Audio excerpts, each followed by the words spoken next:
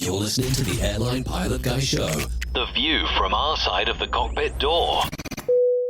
WAPG, it's the Airline Pilot Guy. Airline Pilot Guy, episode 663. Yeah, he's up in the sky. It's the Airline Pilot Guy. Hello, you're listening to the Airline Pilot Guy Show, the view from our side of the cockpit door, with your host, Captain Jeff, broadcasting live from the APG Road Vessel Studio. Today's show is recorded on the week of May 12th, 2025. Yeah, he's up in the sky. It's the Airline Pilot Guy. Picture light and he's flying by. With the Airline Pilot Guy.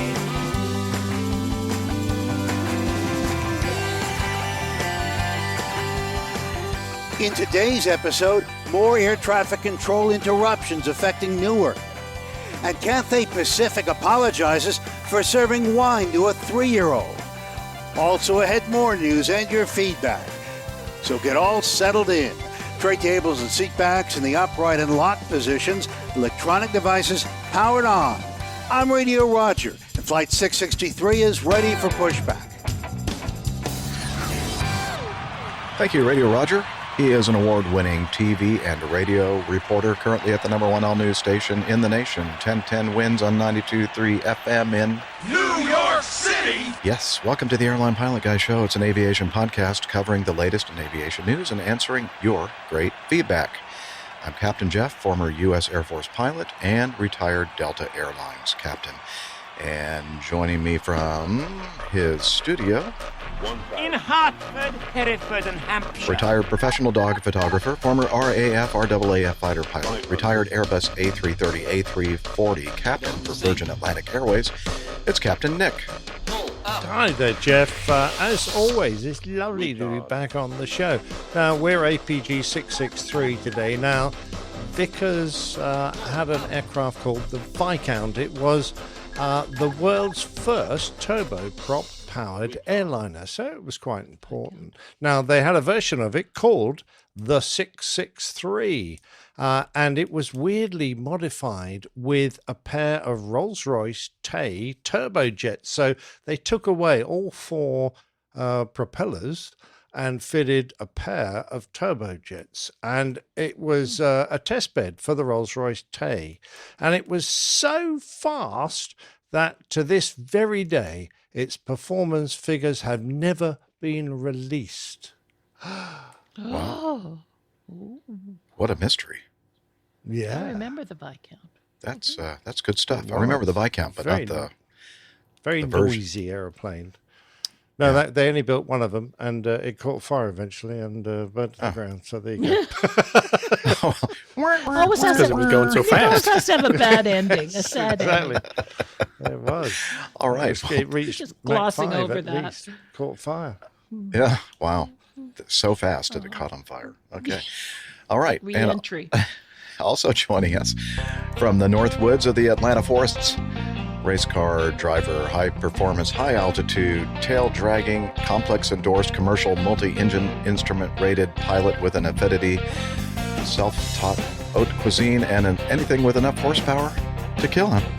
It's A.J. Schramm, or he likes to refer to himself as Alpha Juliet. Hey, Jeff. Glad to be back. Been a while since I've seen you guys. I think it's been almost a month. So Yeah, I know. Glad to be here. Missed you. All right. Can't wait to catch up, see what you've been up to. And also last, of course, but not least, from her studio in Toronto, Canada, retired financier and aviation enthusiast, spreadsheet master, and our producer. It's Liz Piper. Hi, everybody. Now, I have a little story to tell because all the roads out near our main airport here are named after airliners, and one of the main ones is Viscount Drive. Oh, how about that? There So you go. what if you lived on that's 663 Viscount Drive? That would have been... Well, you'd have to have really good fire insurance, I think. Is there a speed limit on that road? No speed limit. I don't Should know. be. I- No, it's secret. There's a secret Yes, it's speed secret. limit. Speed limit, question mark. Have a good show, everybody. Thanks, Liz. Cheers, Liz. Bye. All right. And let's do some aviation news.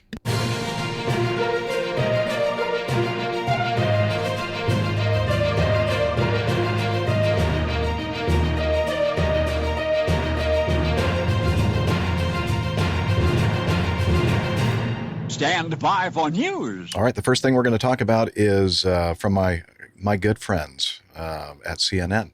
Operations have returned to normal after another air traffic control equipment outage caused the FAA to implement a ground stop for Newark Liberty International Airport. There was a telecommunications issue at the Philadelphia TRACON Area C, which guides aircraft in and out of Newark Liberty International Airspace, the FAA said in the statement. The FAA briefly slowed aircraft in and out of the airport while we endured redundancies. We ensured that redundancies were working as designed. So when they slow, did they okay, can you back it off like a few miles per hour there? Or do they mean that they probably just kept them canceled some flights? Or did they keep them at their departure point? Yeah, I don't know. Anyway, doesn't matter. The ground stop, which means flights heading to Newark could not take off, lasted about 45 minutes.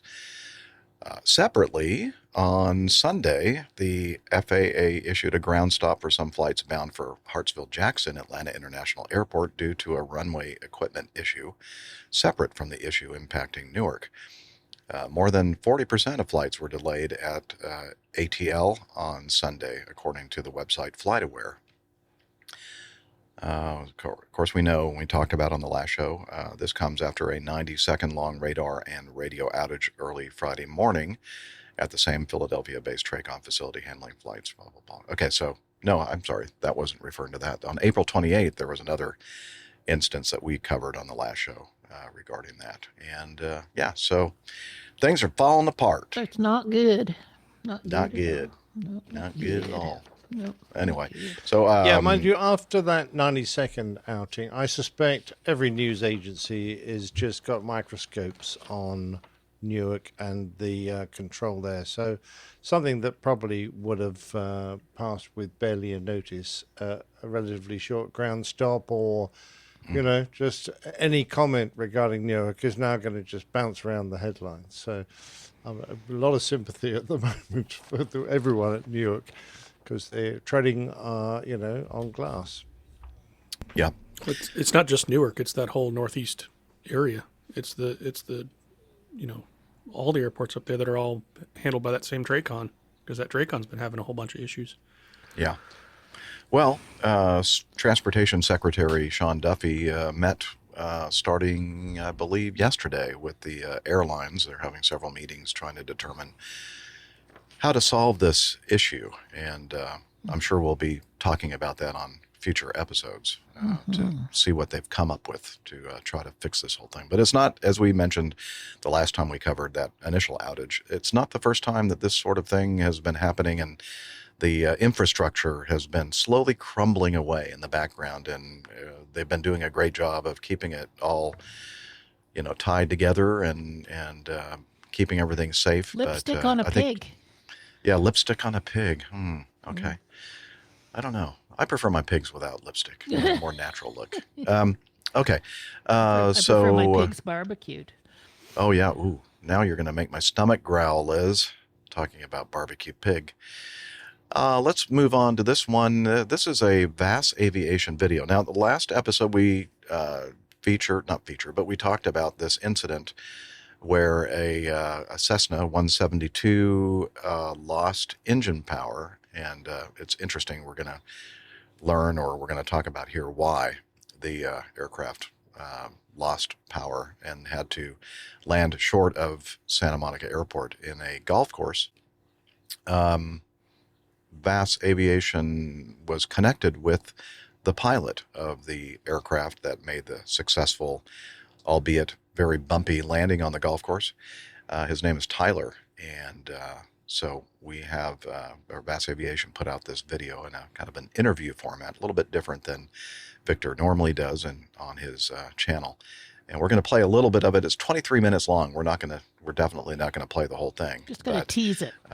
We're going to tease you a little bit and make you want to go and watch the entire thing, because it is definitely educational. So let me get here to the point. All right, let's see. I can't see the window for StreamYard. Are you sharing? I am. Okay. It's just a black window. Yeah, it's black right now, and very shortly when I push this button, it's going to not be black anymore. So hello everyone and welcome to another Vast Aviation video. Today we have Tyler with us. Hello Tyler. Tyler. How's it going? Welcome to Vast Aviation. Some people got me in contact with you. I found you on social media. We of course wanted to review your incident in California and your golf course landing. So of course people were wondering about the things you felt when the engine quits and how you reacted and everything. So first of all, tell us something about you. What you are a pilot, a private pilot, a commercial pilot, whatever. Yeah, so my name's Tyler Evans. I'm 21 years old from California, and I grew up flying with my grandfather, and I actually just received my private pilot's license in North Carolina last year in September. So still a fresh private pilot, but I've been flying a bunch lately. I have just over 200 hours, and yeah, I love aviation. I work at a FBO right now, so around airplanes all day, and I'm working on my instrument rating. So only about 200 hours? Yeah, just over 200 hours. That's awesome. So have any of your instructors when you were in the academy contacted you about after this incident? Yes. So my instructor, his name is Ray from North Carolina. Best instructor ever. Absolutely. Can't explain that enough. Best instructor ever. He called me right away. And one thing we practiced all the time was simulated engine outs. And we would do them over and over again. Sometimes I wouldn't pick the best places to land, even when we had an obvious place right in front of us. Yeah. So we worked on that a lot. I think that definitely helped out. So if you're a student pilot, practice your simulated engine failures, because you never think it's going to happen to you until it does. Absolutely. So congratulations to him as well. Absolutely. Absolutely, yes. So we will review your video, your audio. You were 2 people on board, correct? Just one person on board. It was only you. The news keeps reporting 3 people. I think the 3rd person was God or some angels in the back seat. But I only had 1 passenger on board. Okay. So it was 2. It was you and another one. Yes. Okay, got it. So it's 2 people on board. The passenger was not a pilot. It was just. He's a student pilot and also an aircraft mechanic. Okay. So you both are in the field at least. So yeah. He's a student pilot as well. So in case you had some kind of incapacitation or something, he could at least play with the aircraft a little bit. Absolutely. Okay, got it. So, well, first of all, who did the landing? Who was actually flying the aircraft? I guess you. I was flying the airplane. Of course. So, yeah, we will review the audio. Unfortunately, I didn't have the ADS-B data for your aircraft, so I couldn't create the radar animations that I used to. Okay. So But, with the yeah, I think, let's see if I can find the proper window here to turn that off. Okay. So a little bit of a teaser there. They go on to talk about, this was a loss of engine power. And in this interview, which you'll learn when you watch it yourself, he talks about the fact that he was doing a very long, kind of an en route descent kind of thing, or a idle power descent. AJ, I guess, in a reciprocating engine aircraft, if you pull the power all the way back to idle as you descend, you have to be cognizant of some issues that could get you, right? Like you can shock cool the engine. You can if shock cool the engine. Cools down too quickly. And so he, at the very bottom of this descent, he started to push the throttle forward or in to get the engine to start spooling up, and nothing happened. And apparently there was some carburetor icing going on there, and he did not turn on the carb heat. And that's why he ended up having to do the off-field landing. So you're saying he did this to himself? Well, he said it himself. Basically, although I have to say that they didn't really dwell too much on that during this video, and I don't blame them for not doing that. But it sounds to me like he should have or could have done or should have done something to prevent this from happening. I mean, your thoughts? You can do a couple things. Yeah. One, don't pull the power to idle at cruise altitude and then coast all the way down. That's generally not a super great plan. When you're practicing things like power off 180s and things like that for your commercial check ride, one of the parts of that procedure, and that's a simulated engine failure in the pattern, right? So you're basically making, call it half or 2/3 of your pattern with the engine at idle. And one of the things you do is every time you make a turn, you bump the throttle just to make sure that everything's still working and you're not actually in a real emergency. So in the case where you do for whatever reason need to descend at idle, I would be checking that engine every, 45 seconds or a minute, pretty often, making sure that there's not that issue while I still have altitude and therefore time to make decisions or deal with this situation. So yeah, that would be something to continuously check your engine power, make sure that it's not, in fact, not running, because the propeller still windmilling will trick you into thinking it's still working. Yeah, I'll bet Tyler now is going to start using or practicing that, preventative engine failure kind of thing. Updated procedures. Yeah, updated procedures. There you go. Anyway, it's a very, very interesting video. They show the actual landing of the on the golf course and everything else. So again, definitely worth checking out. We'll have that in the show notes for you. Anything else to add, Captain Nick? You want anything to say regarding that? No? Okay. No, it was a reciprocating engine of which I know nothing. But you've played golf. Do you have anything from a golfer's standpoint? Yeah, that looks a tough course. It was a bit lumpy bumpy, didn't it? And yes. Yeah. When but you made I'm the glad comment, he landed on the fairway and not one of the greens. Yeah, when you made the comment that it was a bumpy landing on a golf course, I thought golf courses were supposed to be nice and smooth grass and all that. Well, yeah, exactly. He ended up in a trap, didn't he? End up in a bunker. There, got to be careful. All right. Let's move on to this next item. And this is from the National Transportation Safety Board, their issuance of an aircraft or aviation investigation preliminary report of the helicopter that broke apart before crashing into the Hudson River. And we've talked about this a few times since the incident occurred, and now we have a little bit more detailed information about the flight that day that killed a family of 5 and the pilot. So I think 6 altogether, correct? Yep. Do I have that correct. number right? Okay. And just running through it, pretty much everything that they're talking about in the initial narrative here on the preliminary, they kind of go over what we've already covered regarding this. So just a quick recap: a sightseeing flight, helicopter. What is this? A Bell 206, I believe. 206L-4, November 216 Mike Hotel was the tail number.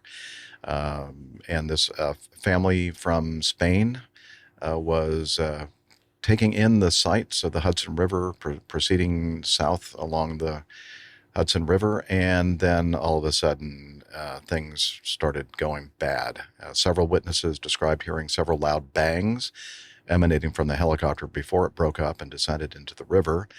Surveillance video with audio captured the helicopter traveling south before it suddenly separated into 3 major sections: the fuselage, including the engine, the main rotor system, including both main rotor blades, transmission, and the roof beam structure, and the tail boom, including the tail rotor. Now, Liz, if you'll show the I've got it. picture. Okay. All the bits, yeah. Yeah, well, the one where they're showing the it airborne and yeah. Okay. Yep.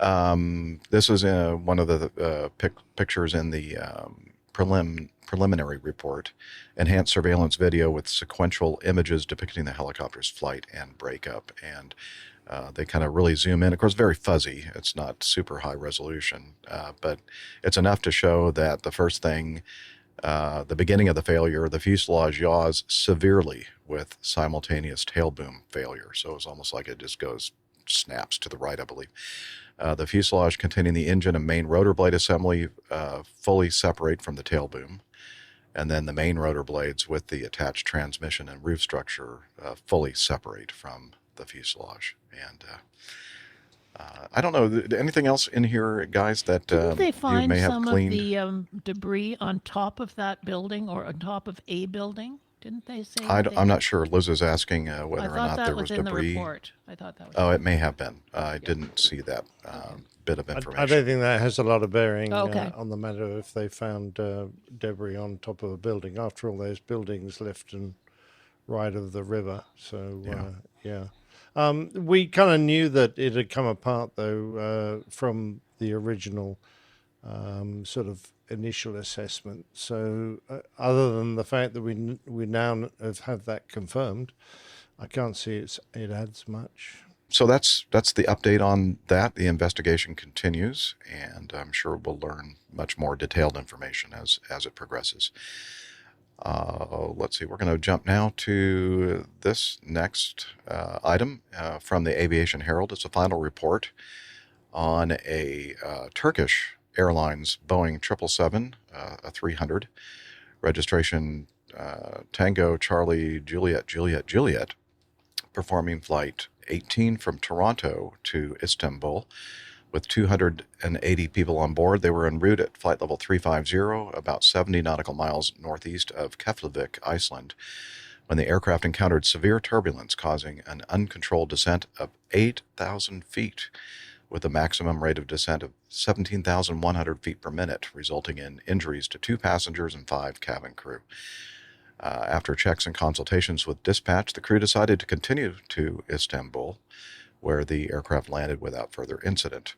On May 9, just a few days ago, I guess, about a week ago, the RNSA released their final report, concluding the probable cause. That's quick. Wow. It just happened. Yeah. Yeah. Or when did the actual thing happen? Oh, that's February of 2023. Never mind. SIA-Iceland found the following to be the causes of the serious incident: an encounter with severe turbulence. Okay, that's kind of obvious. Breakdown in crew resource management, loss of situational awareness, contributing factors. The segment for high altitude severe mountain waves had not been issued prior to the incident. Okay. Lots of volcanoes down that way, I guess, that cause some mountain wave activity. The captain, the pilot monitoring, did not follow procedure by using the phrase, "I have control," when he tried to take over the controls. Inappropriate control inputs during the aircraft upset. The autothrottle remained engaged and speed brakes remained deployed during the aircraft upset. So the sequence of events here at 8:09 UTC, early in the morning, when at flight level 350 north of the glacier, Langjökull? I don't know. How do you pronounce that? Somebody help me. Don't know. Langjökull. That's perfect. That obviously Icelandic is your second language, apparently. Okay. Yeah, absolutely. My great grandfather was Icelandic. Okay. Very good. Thank you. It just comes naturally. Hey, folks, this is the reason why we have Captain Nick here. This is the reason right here. Yeah. I'm sorry, AJ, what were you saying? I talked over you. No, I was just asking Nick if that would make his great-great-great-great-great-great-grandfather a Viking. Indeed he was, yes. Nick absolutely. looks sort of like a Viking, doesn't he? Yeah. Yeah. I have Viking blood in me. No doubt about it. Okay, there were 3 pilots on the flight crew, 2 captains, and a first officer. Well, that's trouble right there. 2 captains. Well, 2 captains. That's a dreadful situation. Wow. Just like this podcast. Look out. Yeah. Oh, that's true. Just like this podcast. We got 2 captains here. Watch out. Warning. Let's see, because the length of the flight required a relief pilot, augmented flight crew. One of the captains, who was also the commander of the flight, was resting and not on the flight deck when the aircraft encountered the turbulence. Very sensible place. Yeah, exactly. Had nothing to do with it. Nothing to do with me. I was having my rest. Can you imagine him in the rest facility going, what the? Yeah, why am I bouncing off the ceiling? What's happening? I leave for just a few minutes and everything goes to heck. Yeah.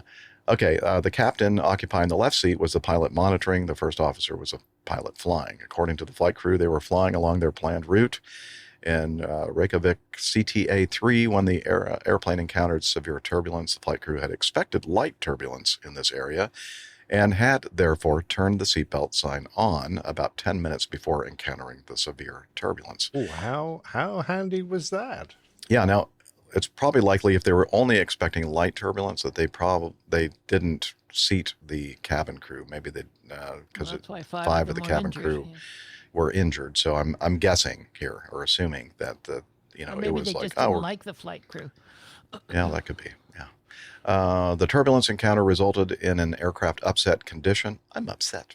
With an extremely low pitch angle and high rate of descent. The flight crew struggled to control the lateral and vertical path simultaneously, and the aircraft lost close to 8,000 feet of altitude in approximately 1 minute, with the highest rate of descent of 17,100 feet per minute. The airspeed increased beyond the airspeed limits. This occurred... that's not good. Regardless of the flight crew's effort to keep the airspeed within its limit. During the upset, multiple stick shaker activations occurred. The aircraft's lowest altitude was flight level 273. They did regain control. They were still in light turbulence. They declared a pan, and let's see. After the flight crew talked to the cabin chief to inquire about any damage and injuries in the cabin, they determined that no one was seriously injured, although a few passengers and cabin crew members had incurred minor injuries and were under the supervision of a medical doctor traveling as a passenger on the flight. And then they discussed the possibility of diverting to Glasgow or Copenhagen, but they decided to continue to Istanbul. Okay, so... Yeah. Probably only Canadians. They were coming from Toronto, so who cares the Canadians? Oh, yeah, that's probably why they went. Oh, yeah, they're just Canadians. Yeah. Oh, okay. Yeah. Press on. Yeah, we don't care. We don't want to inconvenience anybody because of Canadians. Yeah. Now, I don't know. But the thing that Captain Nick expressed a little bit of concern about was this airspeed increasing beyond the airspeed limit. And why is that an important thing, Captain Nick? Well, because things start coming off and things start bending. And, eventually the aircraft will suffer a major problem. So if you've exceeded the airspeed limit, and if it's only by a very small margin, you might go, oh, okay, I don't think we need to worry too much about this. Let's go to Istanbul. But if it sounds like they had an enormous rate of descent and they had quite high speed. So it sounds to me like they exceeded the speed limit by quite some margin. I wish they'd give us some numbers here. We could sort of, but if it had been a serious overspeed, they should be putting the aircraft down at a suitable, the nearest suitable. You don't have to go mad and land it on a 3,000 foot strip in the middle of nowhere, but there were plenty of airports they could go to where the aircraft could be checked out. And that, to me, is the main concern. That's about their sort of post-incident decision-making. So, okay. The actual incident itself, though, I am concerned. All right, saying I have control is moderately important, so you don't fight each other. But they're in a Boeing, so the sticks are connected. The first officer should feel the captain coming on the controls, and probably if he realised it was a captain, he should let go, really. Anyway, by the by, they did this with the speed brakes out throughout. Is that right? Because I seem to remember that right at the beginning. So they've got this huge rate of descent, okay, and the speed brakes out, and they've lost about 8,000 feet of altitude. Now, I'm going, why have you got the air brakes out if you've got a huge rate of descent and you're descending fast? On the other hand, why have you got the nose so steeply down if you're overspeeding the aircraft? So there are a lot of conflicting control issues here, and I have no idea really what they're doing with the aircraft and why it lost so much. Normally in turbulence, even very severe turbulence, you might lose a few hundred feet. You might, if the speed has dropped really significantly, lose 1,000 feet. 8,000 feet? Well, I've almost, it's almost unheard of. So I've got a lot of questions. Yeah, I've got a lot of questions. I have a question that you may be able to add something into, but there's part in here where it says that the commander sat down in the observer seat at 8:15, and he transmitted this message, which included that they can't maintain level and they're descending through 30,000 feet, flight level 300. That's halfway through this whole thing. So it's making it sound like this whole massive drop was one big thing, but it sounds like it calmed down enough for the guy to get back up into the cockpit and then talk on the radio. All right, good point. I think it's very important that we don't miss the fact that this was severe mountain wave. Now, Captain Nick, I'm sure in your many years of airline flying experience that you've, on occasion, experienced mountain wave turbulence. I know I have. Oh, yeah, absolutely. And so these airplanes, they're on automation. They're flying the selected flight level 350. Let's take the case of cruising here in the United States, and you're flying along, and hopefully you have plenty of advanced warning that mountain wave is going to be a factor. And in fact, for the company that I used to fly for, we would, if there was any kind of a warning that or instance where the mountain wave was definitely there, we would take efforts to completely avoid that area if possible. Now, sometimes you can descend or climb above it, but usually descend to get below the wave. And so what mountain wave turbulence is the flow of air, usually a very high velocity flow of air going over the top of mountain ranges, ends up accelerating very quickly and also becoming a very turbulent airflow. And so the thing that you notice when you're flying the airplane at first, when you suspect, because mountain wave is like completely, in my opinion, completely different than any other kind of turbulence I've encountered. All of a sudden you're flying along and then something just doesn't feel quite right about the way the airplane is going through the air. And then you look down at your airspeed and it rapidly increases like 10, 20 knots in just like a second. And so the airplane's going to react to that by pulling the power back probably close to idle to try to keep the airspeed from going. Because when you get that kind of an airspeed increase up at the high altitudes like that, it's you don't have that much margin, right, Captain Nick? I mean, only a few knots either side. Yeah, they were at 350. They probably got a 30 knot between the minimum and maximum speed. That's not a lot to play with. Right. And if you get that instantaneously in a severe mountain wave situation, the airplane is just really trying to, with the automation, trying to figure out how to keep the airspeed under control. And it's not unusual that, it's going to lag behind. So when the airspeed starts dropping off and then your power's way back and then you push the power up, it takes some time to get those engines to spool back up again. And then so it's not unusual that your airspeed drops dangerously close to stall, or at least the area where the stall warning system goes, hey, you need to do something or otherwise you're going to fall out of the sky. So it's a very nerve-wracking kind of a situation. And also associated with all that, the extreme increase and decrease in airspeed, you're also experiencing a lot of shaking and turbulence. And it's not a good situation to be in. That's why we take so many efforts to completely avoid it if we can. But so it sounds to me like maybe the recovery was mishandled and they got themselves into almost an unusual attitude recovery kind of a situation. Would you say, Captain Nick? Yeah, it sounds quite likely because they talk about an extreme nose low attitude. Yeah. So I don't know what was going on the flight deck, but they sort of allude to the issues, but in the main causes which include loss of situational awareness. And that could cover a multitude of sins, but it may be that they became a bit disorientated and didn't know which way was up. Breakdown in crew resource management. Well, it sounds like that things weren't going very smoothly on the flight deck. I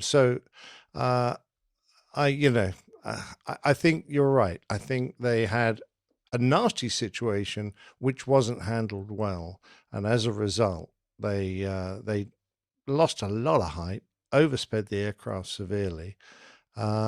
And they're lucky to get away with relatively few injuries, because we know that severe turbulence can cause quite dreadful injuries, if not death, in the cabin. So good job from that point of view. And I'm very glad that they had the seatbelt signs on, because that undoubtedly saved a lot of hassle.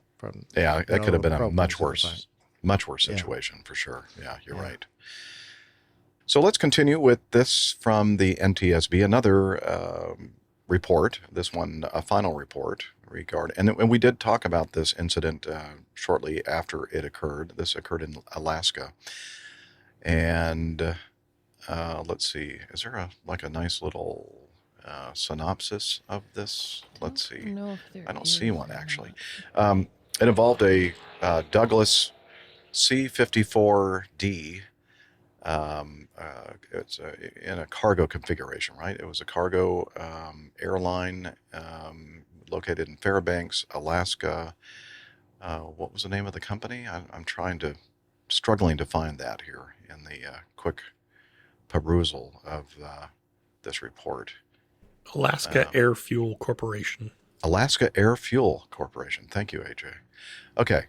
So the purpose of the flight was to transport fuel and propane tanks in the airplane, which was powered by 4 radial engines. About 3 minutes after takeoff, the pilots reported to air traffic control that there was a fire on board and began a left turn back to the airport. Eyewitnesses who saw the airplane shortly after takeoff reported that the outboard left, the number 1 engine, was not running, and that the engine was trailing a small white plume of smoke, followed shortly thereafter by visible flames. Surveillance video captured the white smoke and flames emanating from the number 1 engine. Seconds after the flames appeared, a bright white explosion could be seen from aft of the number 1 engine. The airplane then entered an uncontrolled descending left turn into terrain. Review of the airplane's maintenance records revealed that the number 1 engine was replaced with an overhauled engine 1 week before the accident. According to the director of ops, the outboard left fuel tank located near the number 1 engine was reported in the days before the accident to leak when full. That's not good. The fuel leaked into a space behind the number 1 engine and dripped out of the wing behind the engine. Although a repair had been made, this repair did not fix the leak. For several days before the accident, the airplane was parked with full fuel tanks, dripping fuel into the wing space behind the number 1 engine. Yeah, that's not good. Examination of the number 1 engine and portions of the recovered airframe revealed an AN-8 hose resting in the exhaust heat shield area. I don't know what that is. What's an AN-8 hose? It's just a size. So okay. -8 is a diameter. Oh, okay. The hose had burned from the fitting and the threads were in good condition with no apparent mechanical damage. A portion of the firewall, which was separated from the engine mount, and remaining portion of the airframe had a 90-degree elbow 8-sized AN bulkhead fitting installed. One end of the fitting had a B-nut and a metal hard line installed. The opposing end did not have a B-nut or hose attached. The threads of the fittings were intact and undamaged. Fitting was part of the propeller feathering system. Oil residue was observed throughout the entire external area of the exhaust system. The outer structure exhibited a light residue of oil on the external side. Based on the witness statements of the number 1 engine not running and trailing smoke, it's likely that the number 1 engine lost power shortly after takeoff. However, due to the extensive thermal and impact damage to the engine, the reason for the loss of power could not be determined based on the available information. It's likely that when the feathering pump system was activated, the incorrectly installed B-nut near the engine firewall would have produced a spray of high-pressure oil around the hot exhaust system. Yeah, that's not good. This would be consistent with the initial white smoke and fire seen in the video and the oil residue found in the area of the exhaust system. The fuel that had leaked from the outboard left fuel tank into a compartment behind the number one engine, subsequently ignited, resulting in an explosion that separated the airplane's aileron bell housing and resulted in the pilot's inability to control the airplane and subsequent impact with the terrain. Yeah, I was thinking at first, so you lose an engine, you still have three, but if you don't have ailerons to control your banking, your host. Details. Yeah. So, that's sad that this occurred. But what's interesting is that they're carrying 3,000 plus gallons of avgas and 100 gallons of propane, which had nothing to do with the problem. I know. It could have, if the fire continued and they kept flying. I mean, that could have been just a huge explosion. It was fuel related, but not the cargo fuel. Yeah, I guess it's kind of ironic, huh? Yeah. Okay, well, that's what they determined on that. Yeah, it's very sad, isn't it? Because these old aircraft need looking after, and you need people of experience who've worked on this kind of gear, and there aren't very many of those around. No. And all of them are in Alaska. Yeah. Yeah. Right. Okay. That's for sure. Well, and just one question or thought, that because those airplanes have fire handles, I believe they have a fire system for each engine, and I believe, don't quote me, but I believe that it does the same type of thing as it does in a jet airliner. When you pull that fire that shuts down the engine. That is part of its process, right? So I'm wondering, because it says in here that the witness says that they saw the engine stop, so they're assuming that it lost power shortly after takeoff. Or I'm wondering if they saw fire or a fire alert and said, oh, and they shut the engine down. Could be. Again, not that it really makes a difference in the end, but that just struck me. Yeah. Yeah, good point. Yeah. They were unlucky having those two issues, a fuel leak and then a fitting, an oil fitting that additionally sprayed more flammable liquid into the burning engine or around the burning engine. So, yeah. And I haven't worked out whether the feathering system worked properly or not, because that's one of the maintenance errors here. So yeah, and that's critical, right? Yeah, exactly. Yeah, if you can't get that thing feathered, it's like a big parachute out there, right? Yeah, big barn door you've got sticking out the end of your wing. Yes. Yeah. Very sad. All right, let's see. Another aviation investigation preliminary report issued by the NTSB involves an incident down in South Florida. This was sent in to us from... We had the news on the other show. We did cover this item. Yeah, we did cover this this crash on the other show. But I'm just trying to... I don't see who was it that sent this in to us? Darn. Oh, well. We'll... Let me do some investigation here. Okay, Liz is going to investigate. I thought we had that the person's name in this, but now it's disappeared. But this person wrote to us and said, Jeff and APG crew, not sure if you've seen this preliminary report yet. It just came into our newsroom. Oh, this is somebody that works in a newsroom down in South Florida. I thought I would pass it along since you covered it in last week's episode, and that was a few episodes ago, I believe. We are the local NBC affiliate in the West Palm Beach market. Boca Raton is in our coverage area. For the record, I grew up in Boca, and it's pronounced Boca Raton with the N sounding like raton, not ton or tan. You said it correctly the second time after hearing a news report from a state/market way outside of where it happened. Steve Billing, Jeff. Steve Billing. Okay, Steve Billing. Thank you, Steve. Keep up the great work. So obviously he works at this NBC affiliate in the West Palm Beach market. And yeah, I don't know. I wrote back to Steve and I said, hey, you're right. As soon as I heard the news report of them pronouncing it Raton, I thought, I think you just mispronounced the name of that town. So I corrected myself. But and I hoped, Steve, that nobody would notice. But I guess you did. Anyway, so this accident, just to refresh your memory, occurred on April 11th, 2025 at 10:23 Eastern Daylight Time. So, mid-morning. It's a Cessna 310R November 8930 November was destroyed when it was involved in an accident near Boca Raton. The two pilots and the passenger were fatally injured. One person on the ground sustained minor injuries. The airplane was operated as a Part 91 personal flight. The accident flight was the first flight after the airplane's annual inspection. The airplane departed from Boca Raton, Bravo Charlie Tango, and was destined for Tallahassee International, TLH. A portion of the airplane's taxi and departure were captured by airport surveillance video. The video of the taxi revealed that the airplane made several left and right turns as it transitioned to the runway area and runway. The video of the airplane's takeoff revealed that the airplane maintained the center line of the runway during the takeoff roll. Shortly after rotation, the airplane yawed to the left and continued in a left turn until the airplane went out of view. The aircraft then momentarily re-entered the camera frame as it continued in a left yaw and left turn. Several witnesses captured videos of the airplane while in flight. The videos depicted the airplane in a left yaw at a low altitude. Audio from the videos were consistent with both engines operating.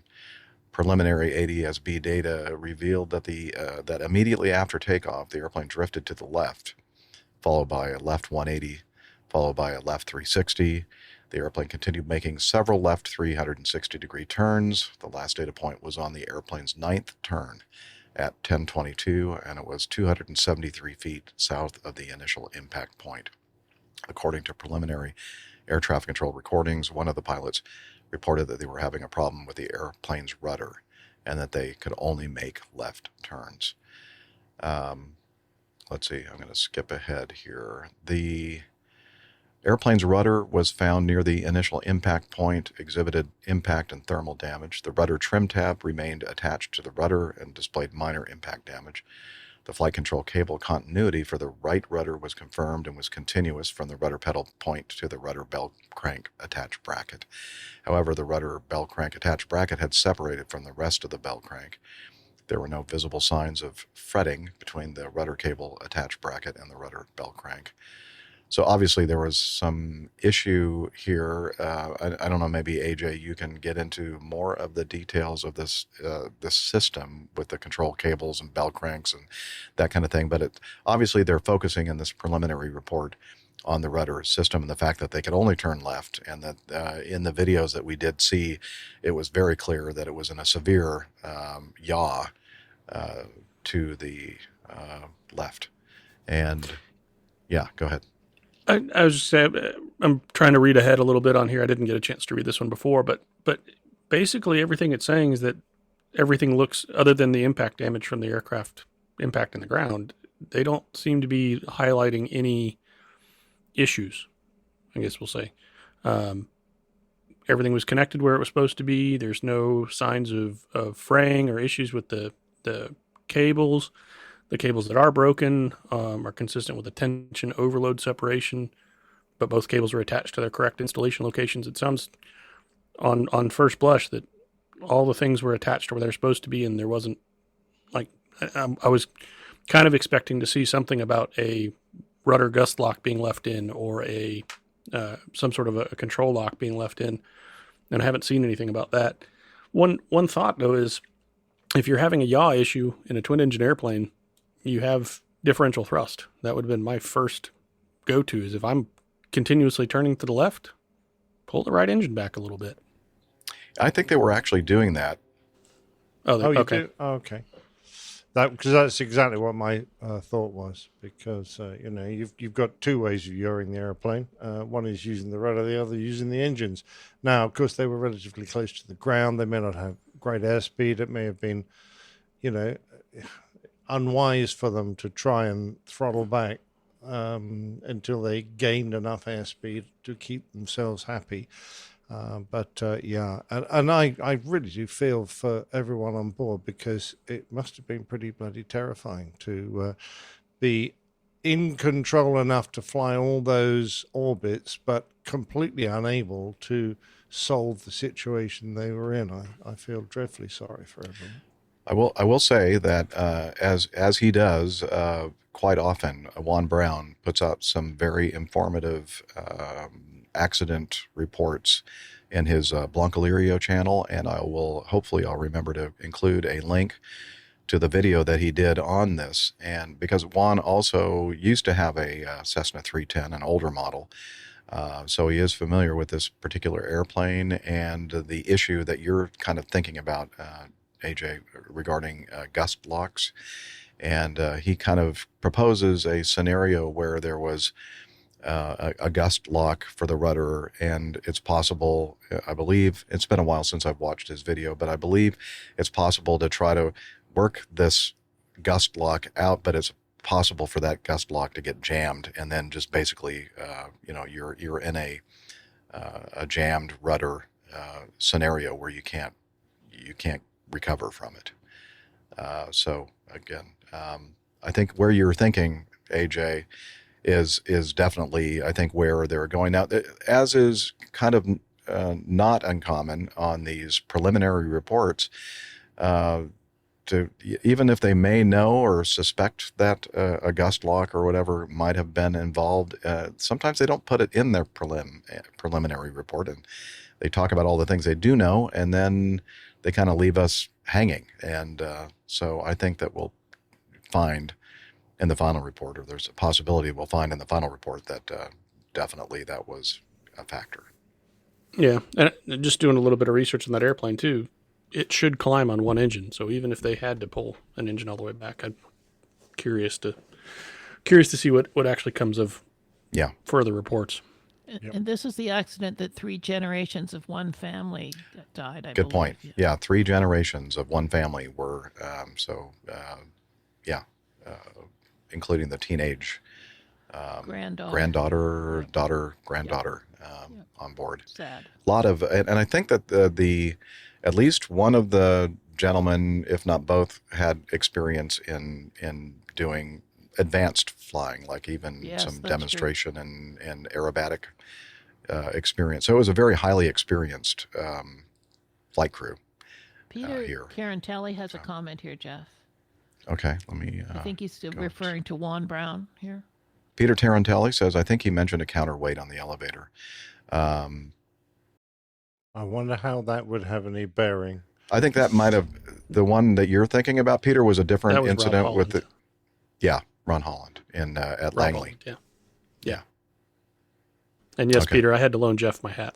Yeah, he's commenting on the hat movement in the crew. Yeah.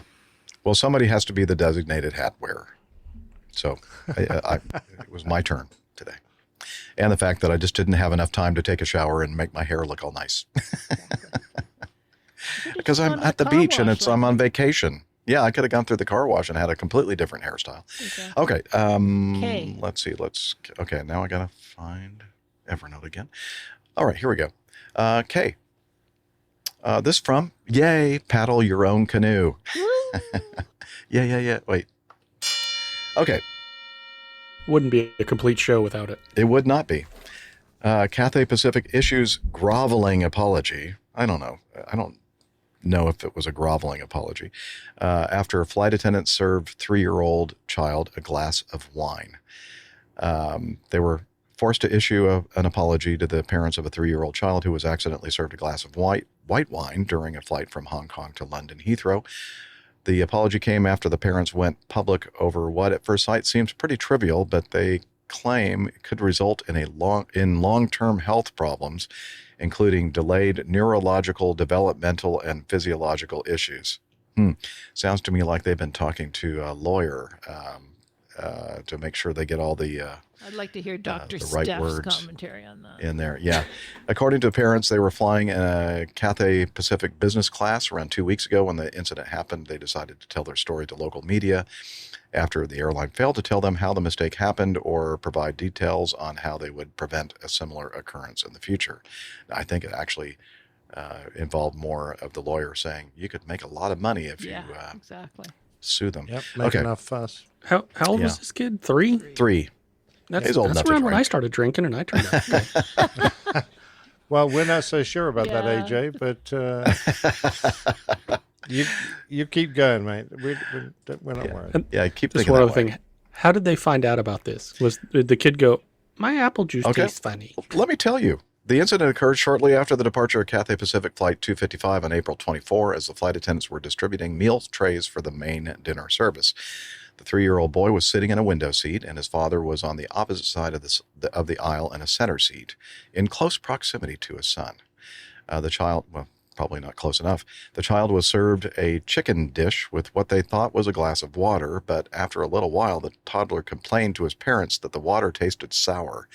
They then took a sip and discovered it was actually a glass of white wine.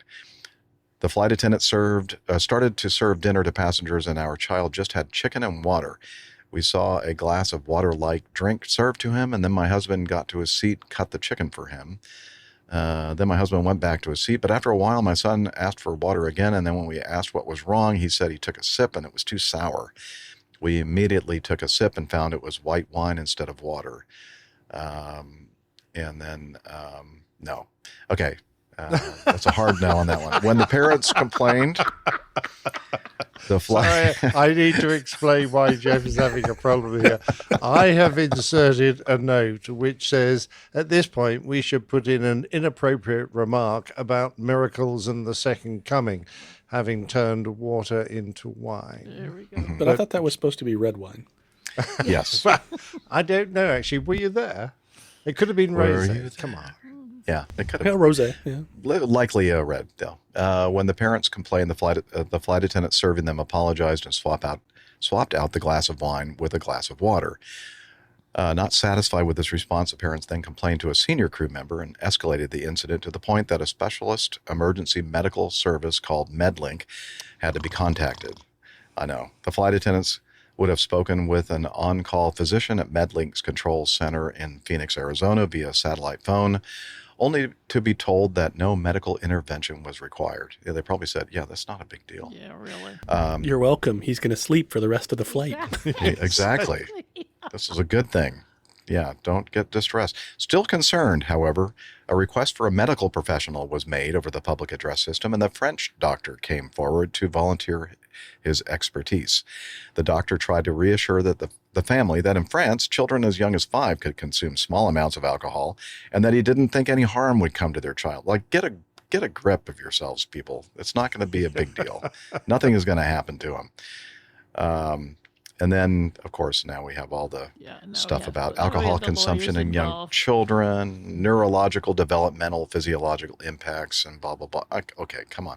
He took a sip of water that tasted sour. And tempest in a teapot or tempest in a wine glass. That's just ridiculous, actually. But I'm sure... I love this quote.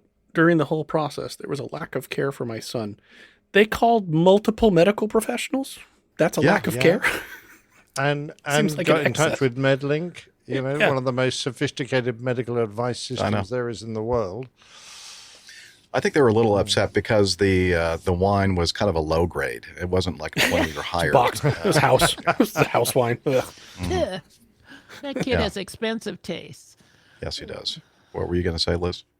I wonder if the airline pays every time they have to consult with MedLink. Do you know what I mean? Or is it like they usually have a contract that allows them to do it as often as they want. But Oh, Tim has a really good point here.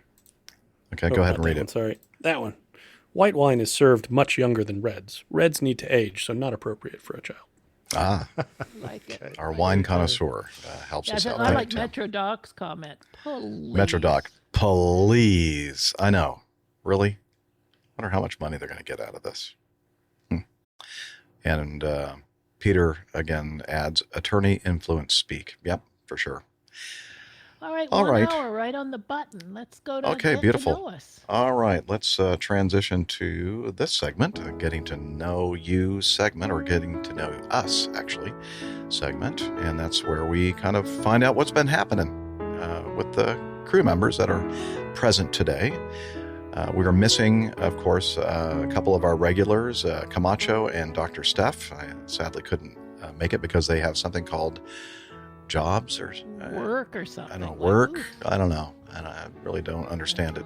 Very mysterious. Speaking of that, work. Any updates or positive things going for your work situation, AJ? No. Oh, I set a new land speed record for a rejection letter. Oh, wow. Yeah. Submitted an online application. 14 minutes later, I got an email that said, while your skills are impressive, we've decided to pursue other opportunities. wow. And leave us alone. It's like, did you even have time to read the email? Wow. No.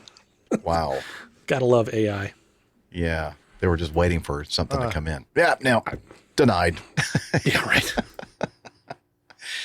Anyway, well, since we're talking to AJ, why don't you tell us? It's been a while. It's been about a month or so, I think, since you've been on. I think you were down in Fun and Sun last time you joined us. Right? I came back from Sun and Fun, okay. and because we talked about my multi-engine check ride. Oh, that's right. The last show, so that was middle of April. So yeah, Okay. It's been just shy of a month.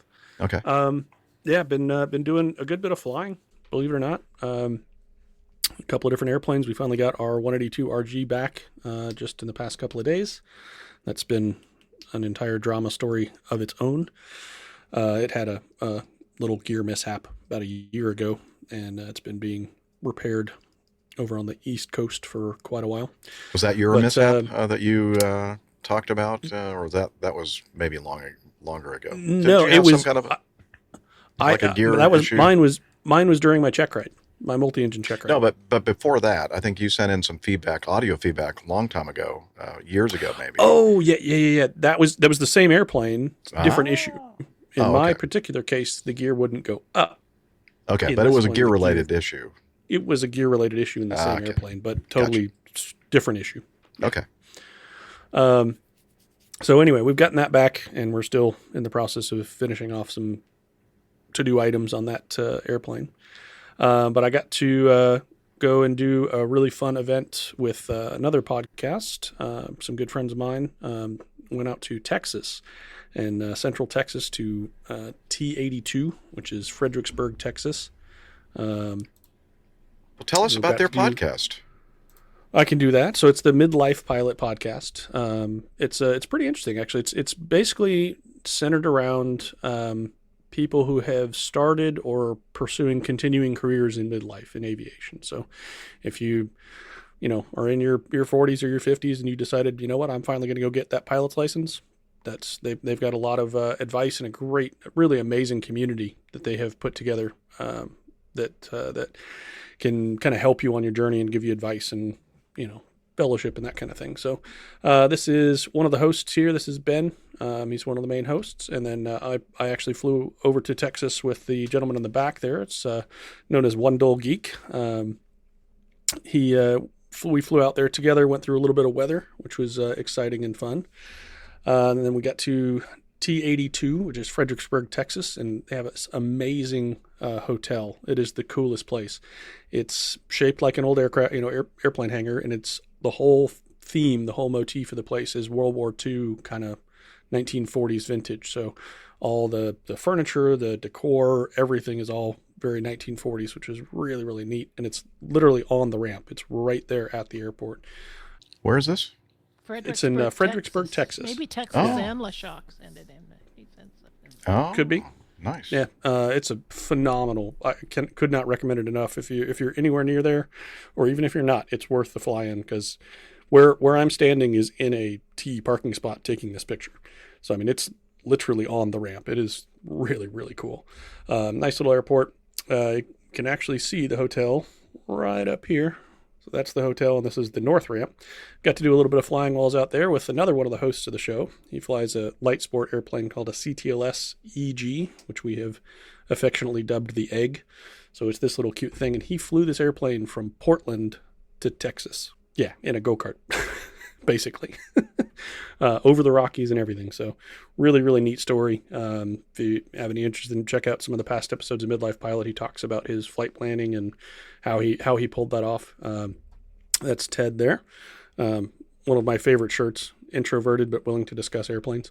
So we got to go do some flying in that, and then I also got a chance to flex my multi-engine muscles and go fly a twin Comanche, which is something that I've always wanted to fly. I've always had a really, really great affinity for the Comanche, and that's nice. Got an opportunity to fly with a guy named Mo. He actually came out from California as well in this twin Comanche, so we got to go do a little flying in that and bomb around a little bit. Tim, I just saw your comment. It's the Midlife Pilot podcast. Good show. did a recording there. And I was doing a little of the behind the scenes kind of tech help and running some of the cameras and stuff. And then there's some of the audience there. We got really awesome treatment by the one of the businesses there on the ramp. They do a lot of cool tail wheel instruction, some vintage stuff.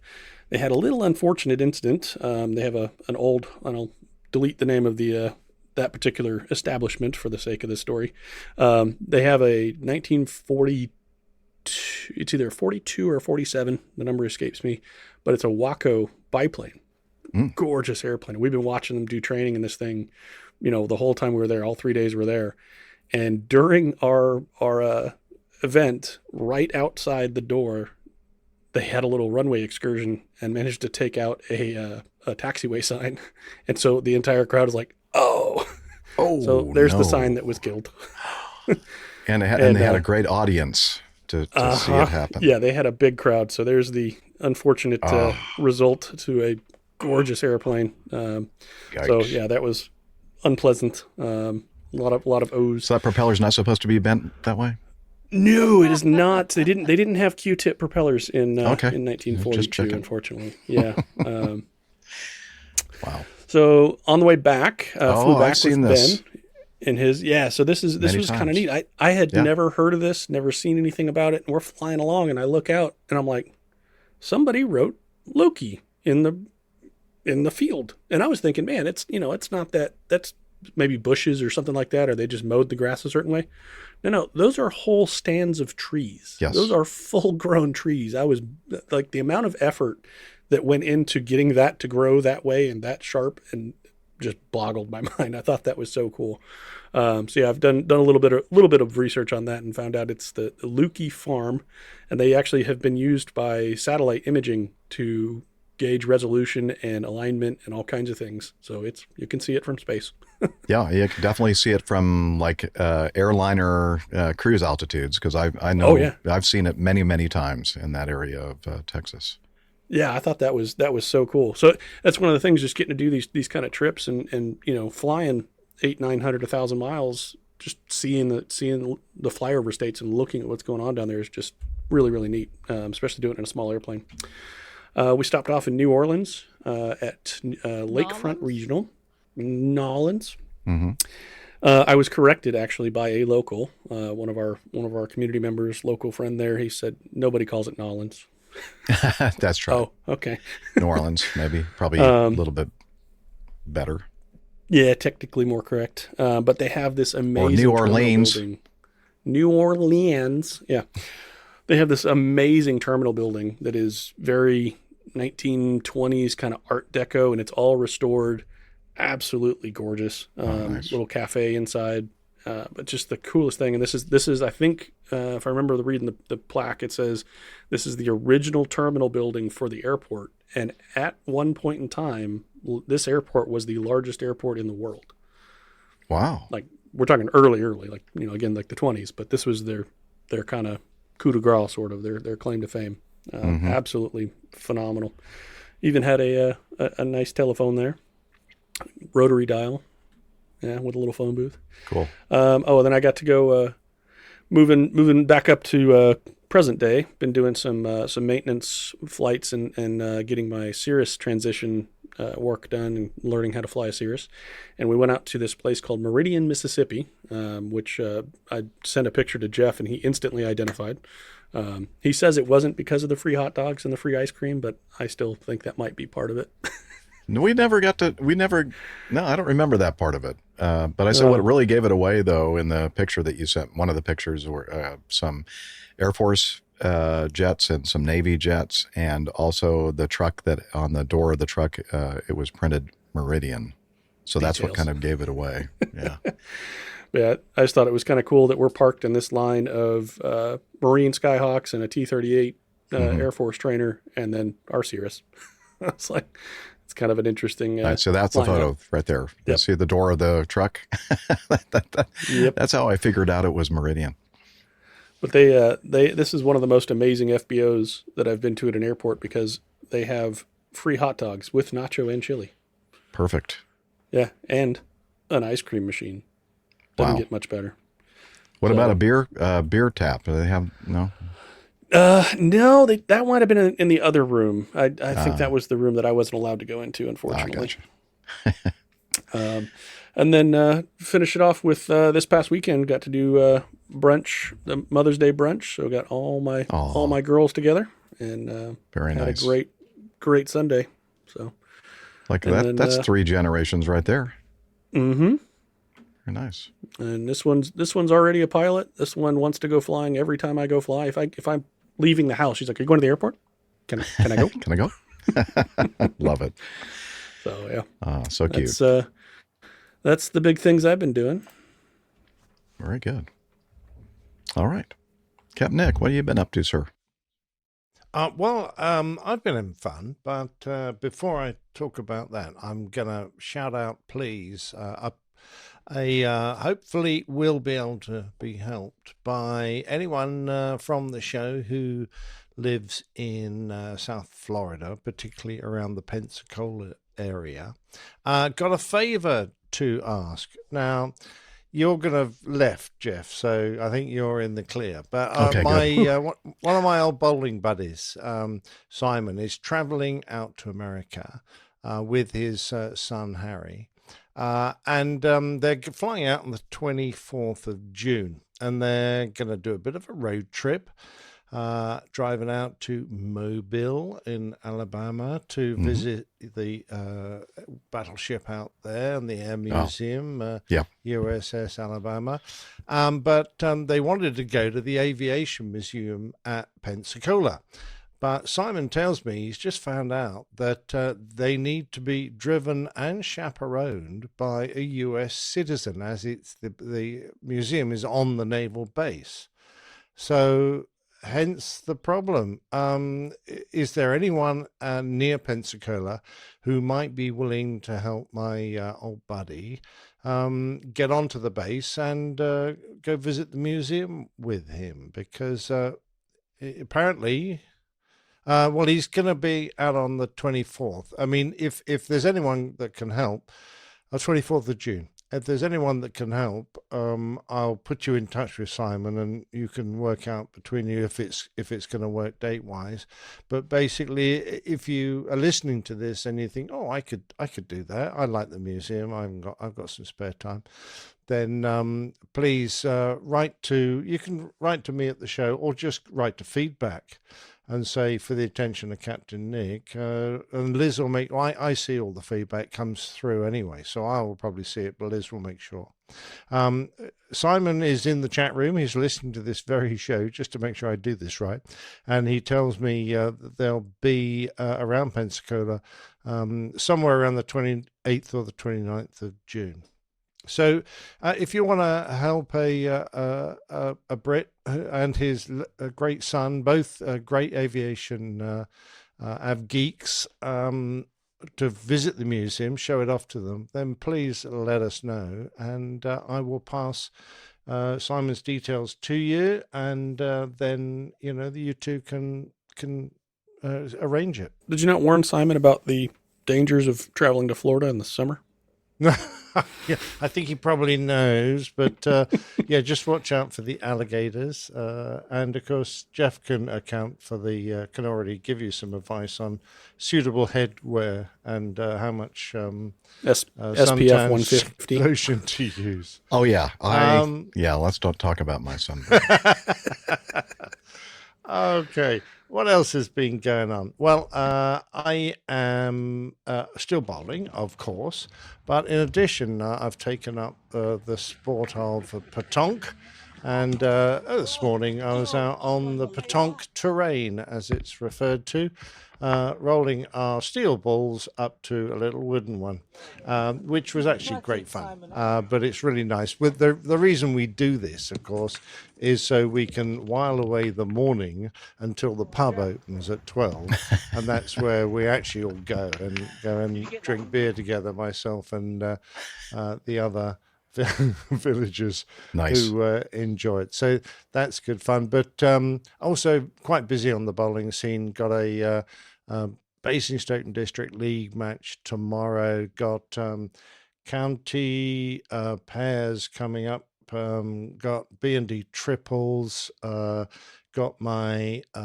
national over 60s singles coming up. So, got busy time. I'm looking forward to it all. And you have some social events, yes? Do I have some social events? Well, the squadron Liz? and... Oh, yeah. Tomorrow I'm off to London no, it's not tomorrow. It's Saturday. What's today? Yeah, it's Thursday. Saturday. Yeah, 2 days. It's day after tomorrow. I'm off up to London to visit the Royal Air Force Club in the Strand, right near a Hyde Park corner. And there's one of my old squadrons association is having their annual dinner, so that'll be nice to catch up with some old fighter pilots and talk old fighter pilot talk. Now, while I've still got the floor, speaking of fighter pilots, show art, yes, for last week. Well, we had some great suggestions. We had wooden shoes, Aussie poaching controllers, 4 golf course landing at your own race, Mayday, Cessna.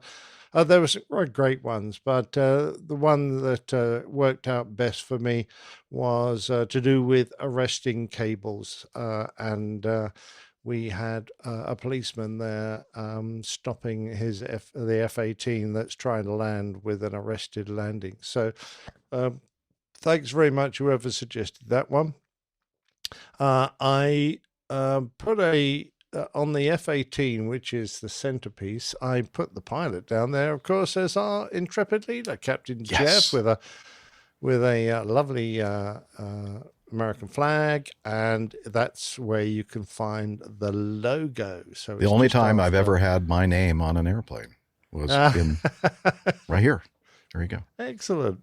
Yeah, well, there you go. And you even got the APG logo after Jeff. Yeah. And then I hid the show number on the deck of the carrier. They've got some, what I suppose are supposed to be lashing points there on the deck, but with a little bit of Photoshop help, we turned 3 of those into a 6, another 6, and a 2. So 6, Excellent. 6, 2 there.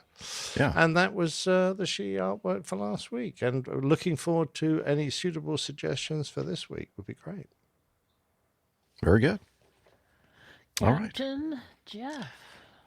Yeah, well, I'm as I mentioned in the last show, I was planning on heading down to Pensacola, Florida, on the Panhandle here, and the drive down was nice. A little bit of rain here and there, but mostly good weather. And then since I've been here, it's been very sunny.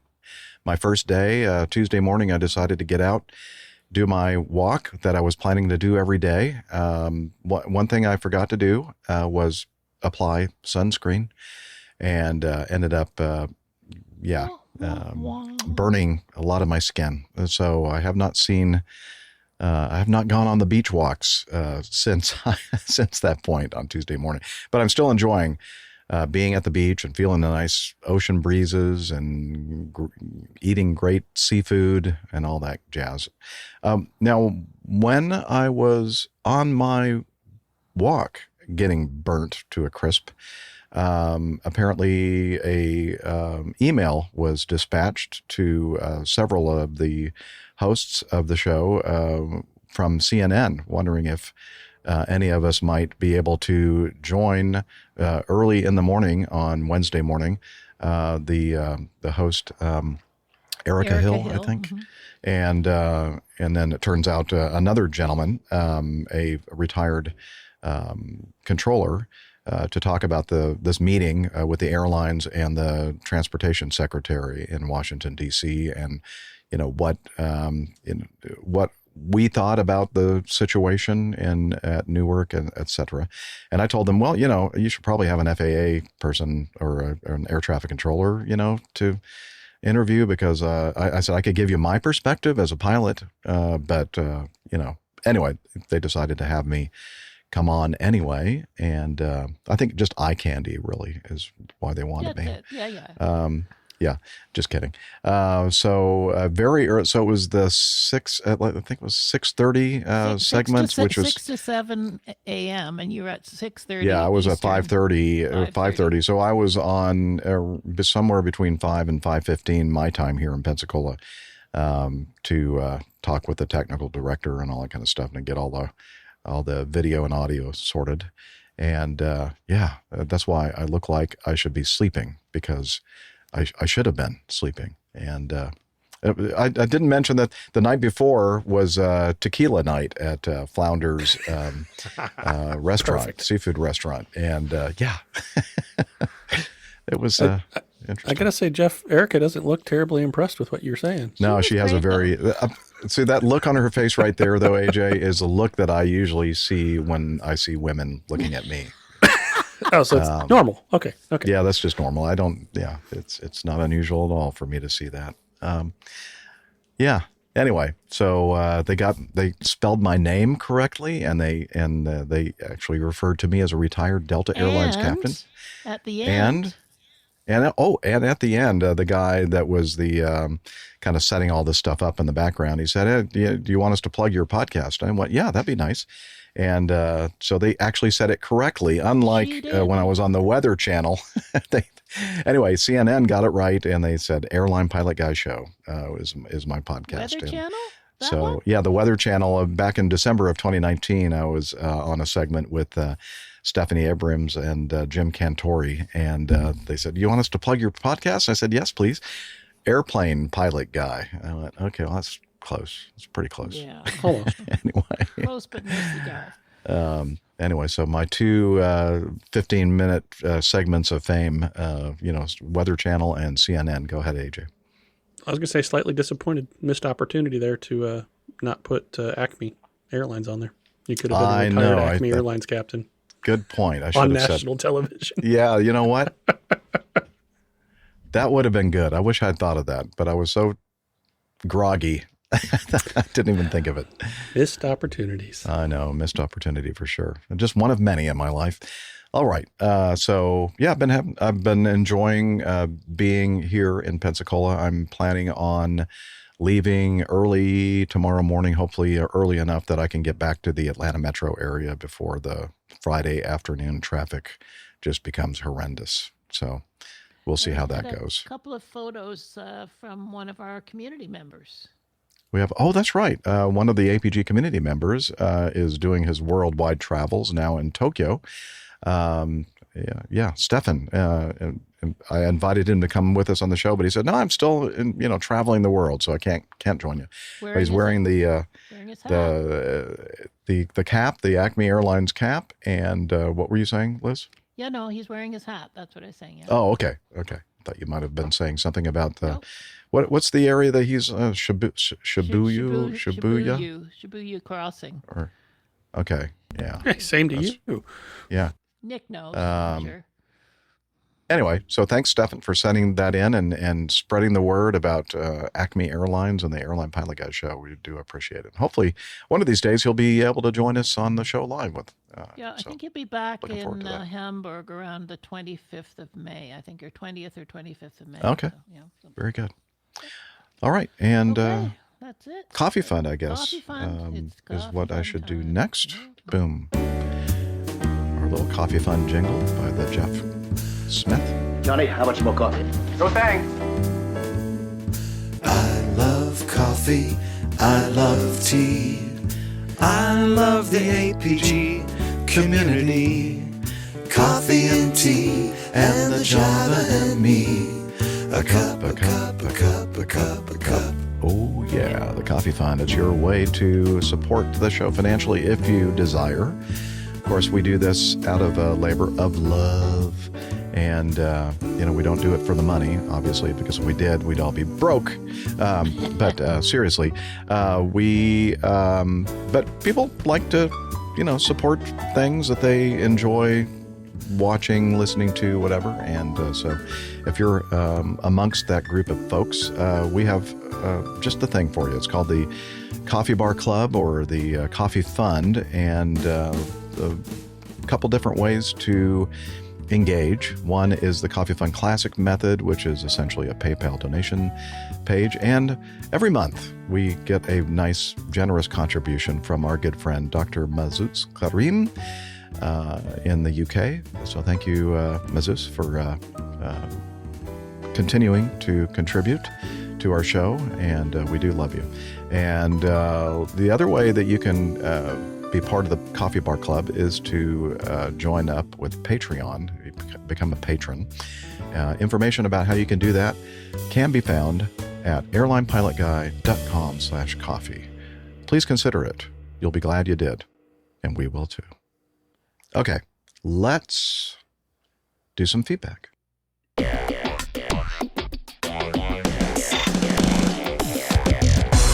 Captain, incoming message. All right, our first feedback is audio feedback from Sam Bolog out in Los Angeles. Was in the chat earlier. I don't know if he's still. Oh, he was in the chat room earlier. Yeah, hopefully he's still there. And but if not, he can. We do record the show, and so he can listen to the recorded version. But we're going to go ahead and just hit the play button and see what Sam has to say. Hello, crew. This is Sam Bolog from Los Angeles. My first voice feedback, so bear with me. I would like to get to know your thoughts and opinions on deregulation. It seems as though Captains Nick and Jeff started their careers roughly the same time it was implemented. I'm also curious as to the effects on the business end of the industry that you may have noticed. Is it a touchy subject? Was it a move that worked out for the better or worse, in your opinions? In the back of my mind, I'm thinking this could possibly take an entire episode to discuss. I'm still about 70 episodes out to catching up and haven't heard any episodes on the subject yet. I do remember as a child the family taking a red-eye to Pittsburgh to visit our grandparents. This was in the late 60s, so I was probably about 7 years old. Me and my father both wore suits and ties. My grandfather picked us up in the wee hours of the morning, dressed in a suit as well. I'm aware that the glamour of flying started to come to an end at the onset of deregulation. Looking back on that trip, I do remember keeping the hot towel with the United logo on it that they passed out during the flight. I must have showered with that thing for I don't know how many years. I don't even know what came of it. It's just vanished one day. I'm sure my mother had something to do with the disappearance of the withered old rag. Anyway, I look forward to your response and have a good day. My response, Sam, is that your mother did the right thing by throwing away the withered United towel. I think it just dissolved. Or that's possible, like men's underwear. Over time, it just vanishes completely into thin air. Yeah. Anyway, well, so you're right. We could definitely spend an entire show talking about and just make boring everybody to pieces about the Airline Deregulation Act. Let's see, or law. Yeah, Airline Deregulation. What was it called? It was in 1978. Congress passed a law allowing the airlines to set their own fares and routes. He was alluding that Captain Nick and I were flying at the time, but well, Nick probably was, but not for the airlines. And I was still in college when this act was passed. And so the idea was that the regulation by the government was pretty high level regulation. And a lot of people were thinking, well, if we deregulated the entire thing, then, maybe that's going to make for a much better system. And so back in those days, as Sam alludes to, the fact that when you went fly, not everybody could go fly because it was expensive. And when you did go fly, you dressed up just like, in your nice, like people used to do when they went to church, nice church clothes. So, it was you dressed in suits, and it was an occasion. It was not something that you did every day. Now, well, I think some people I would say that one of the benefits and one of the good things that came from the Deregulation Act over time is the fact that now it's just another form of transportation. And in fact, it's even more inexpensive than other forms of transportation when you compare how much money it's going to cost to drive your car from East Coast to West Coast here in the U.S., and you look at the gas prices and lodging and everything else, you're much better off, especially with some of the lower cost carriers, just buying an airline ticket and making the travel, and it's so much quicker and more comfortable and a lot less expensive. So nowadays, people, I think, we take for granted that pretty much anybody can, afford to fly. So that, I think most people would say that's one of the good, the fruits that has come from deregulation. But and the downside is everybody can afford to fly. Yeah, that's the good thing and the bad thing. You're right. It's the good. Yeah, exactly. I think in general. Yeah, go ahead. I remember when I was a kid in the 90s. That you still had to dress up to fly, and if you got any sort of like a buddy pass or a non-rev, there was a dress code. You were required to wear collared shirt and the whole. You couldn't show up in your jeans and a t-shirt. Mm-hmm. So, I miss that. I miss that sense of occasion that used to be associated with that. Yeah. In this article that I'm looking at right now from Air and Space, there's a cute little cartoon that from Delta Airlines, of all places, arguing against deregulation. The airlines, they were doing pretty well when everything was regulated because it was a nice safety blanket. You didn't have to go out there and stick your neck out. You would, were guaranteed. Yeah, you didn't. Competition was, almost, not a thing. And Texas and LaShock in our live audience says flights went from romantic experiences to getting on a bus with wings. Yeah. So the glamour aspect of flying definitely changed. And, when I was a young'un looking up in the skies thinking, one of these days I want to fly those and I want to be all part of this wonderful, glamorous world of flying. In fact, I'm sure that Nick, you did this as well. You'd be after a long, hard day of traveling from not maybe you, but me, like from Jackson, Mississippi, and Birmingham, Alabama, and Monroe, Louisiana, and staying in a motel overnight. The glamorous lifestyle of an airline pilot. So it was always kind of a joke for us. But anyway, making flying accessible to the masses definitely was probably a good thing. But the airlines definitely were kicking and screaming to not have this deregulated. And there were some bumps in the road along the way. Again, it was the Civil Aviation Board, the CAB Act, 1978. And as I was saying, I was still in college, wasn't quite flying in the airlines for another decade. But I don't know. That's what I would say about that. Anything to add, Captain Nick? I have a slightly different perspective, really, because I joined an airline that was small, not one of the huge established megaliths, and it was really hard for small independent airlines to compete with the big boys when there was so much regulation that favored them.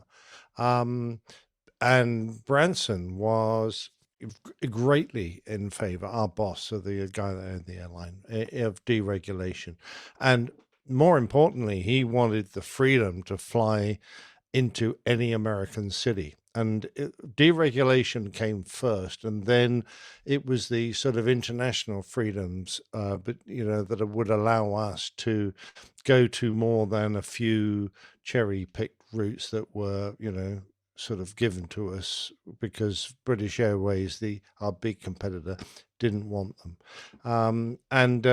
When America started becoming opened up to us, of course, it was a great boon. We could start competing to almost any airfield that... Who opened the door to those Brits? I'd like to know who's responsible for this. And we could start offering a standard of service, which we felt the passengers would love. And I have no doubt that there are passengers who flew with Virgin and that went, this is different, this is nice. And I certainly met plenty of them. In fact, I remember when we eventually linked up with Delta, we used to end up with Delta cabin crew on our aircraft to be there as a as a presence for Delta, since we were carrying so many Delta passengers. They used to love it. They used to. I think it was just because it was different. I don't think we were really any special, but they just got to fly in a different. We used to let them on the flight deck. We used to talk to them and be nice to them, and they said, "Oh, it's not like being with Delta." Yeah, that's not true. Especially that Captain Jeff Nielsen. Yeah, what a jerk that guy is. Your name came up all the time, Always, Jeff. No, so from our perspective, from Virgin's perspective, it was a great thing when the skies opened up. We didn't really benefit from it hugely because we were flying from Heathrow, which already was at capacity. So, we couldn't really open up lots of routes because we didn't have the takeoff and landing slots at Heathrow. That always held us back. But it was super, and it was also great to see a lot of the American airlines coming across to our airports. To offer the passengers a different experience and a competitive airline. Tekla Sandelshock has a question. Oops, sorry, that's there. Yep. I'm sorry, I don't have that window up. Okay, Texas Anlishock asks, Pan Am was hit the hardest with deregulation, wasn't it? Well, I don't know. I mean, perhaps it was one of the ones that was hit hardest. I mean, you could have a good point there. I think Pan Am's issues, were a lot deeper than that. They had an extensive international network and a very weak or almost non-existent domestic route system. And that's why they ended up buying National and a couple of others to kind of fill that in. But yeah, I think that they were hard hit along with TWA as well. Yeah, but I'm no expert on the Deregulation Act or cabotage. I think cabotage is the like going from Heathrow to New York and then originating a flight from New York to Atlanta or New York to LA or something like that. That was definitely forbidden. I think it still is, actually. But yeah, we used to call it Fifth Freedom rights. Okay. So there were all the freedoms that were offered. A fourth freedom allowed you to go from your base to another base, but to fly on to yet another one, you required fifth freedom rights. And we didn't have that across the states. Neil obviously didn't fly on Virgin when you were a captain, because he said he went from Heathrow to Atlanta once on a Virgin A330, and it was very pleasant. So yeah, that must have been after you Captain got one Nick of the retired. nice guys. You're very lucky. Yeah. Texas Analishock's just following. Texas up. Analishock, also again from our chat room, wasn't that the issue though? All of a sudden they had all the competition in the international routes, but they didn't have an answer domestically. Yeah, that's exactly kind of the beginning of the end, I believe, for that great airline. Yeah, I thought they had deeper problems than just that though. Yeah, they weren't resilient enough to operate. Pan Am's biggest issue was Leonardo DiCaprio running around and cashing all his checks. Exactly. That was it. That's really what did him in, honestly. Yeah, that was that was as Captain Nick alluded to. It was a boon for several low cost carriers that didn't have all the the financial backing and guarantees of regulation that the big boys had, the majors.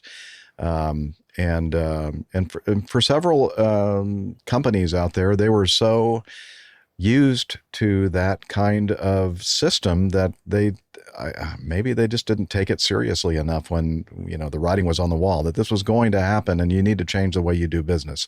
Otherwise, you're going to go under. There's no longer going to be a Pan Am or a TWA or any of these big airlines unless you adapt to a different way of doing business. And most of them were, or not most, but many of them were just too set in their ways, and they couldn't change quickly enough, and they went under.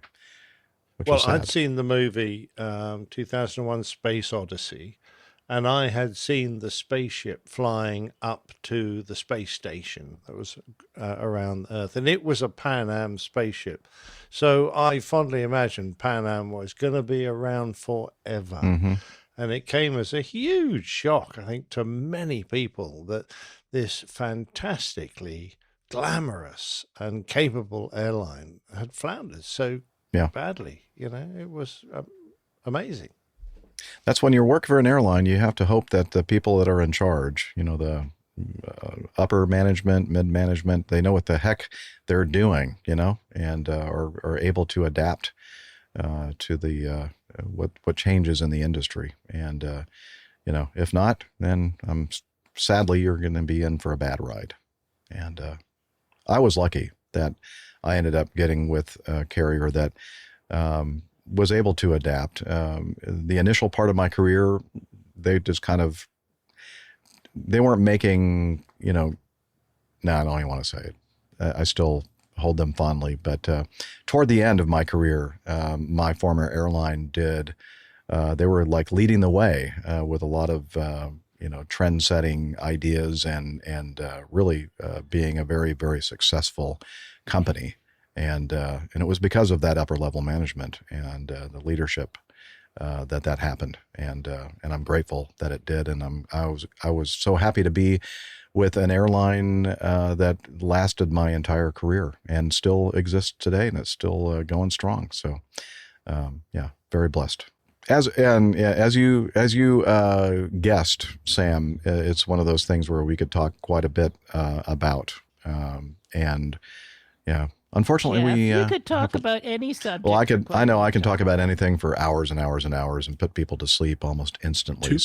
Two-ply or three-ply? Okay. All right. Let's continue. Thanks again, Sam, for the nice audio feedback. And it was his first time, and I thought he did a great job. So thank you very much for that. It was nice hearing your voice. All right. This next couple of feedbacks are from Tom. Tom, I think Tordell or Tortle? Probably Tordell. And the first one says this. Y'all seen this? This needs a massive dose of go-around-a-cillin'. And I'm thinking, wow, what the heck is he talking about here? So we're going to share this little video with you. 500. Yeah, be careful. Don't worry.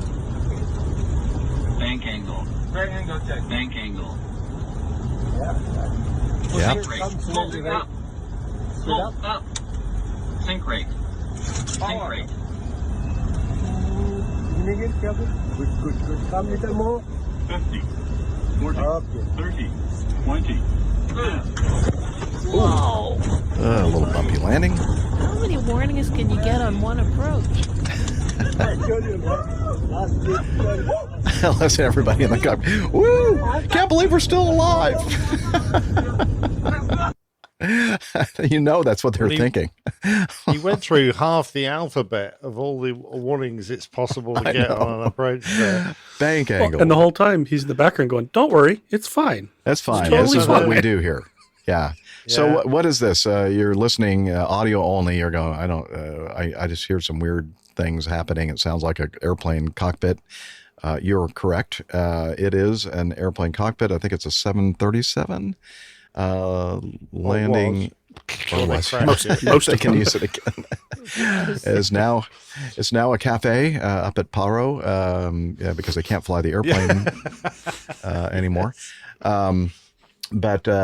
So you know the first part of the video, we're hearing bank angle because they're pretty close to the ground here and they're on pretty short final. And when it's warning you of excessive bank angles that close to the touchdown point and that close to the ground, you should be paying attention not to get that kind of warning. And then of course sink rate, you definitely. And then you guys probably noticed, but this Paro is pretty high altitude. I don't know what exactly the altitude is. Maybe Liz, you can check for us, but it's pretty high altitude. And so, the air is thinner up there. And so when you're turning, you could see that clearly in the video, right? You're looking over the shoulder of the the first officer who is at the controls of this approach, and you can see that the airplane's not turning on a dime because that air up there is thin air and things 7,218. Okay, 7,208. 2250 meters for the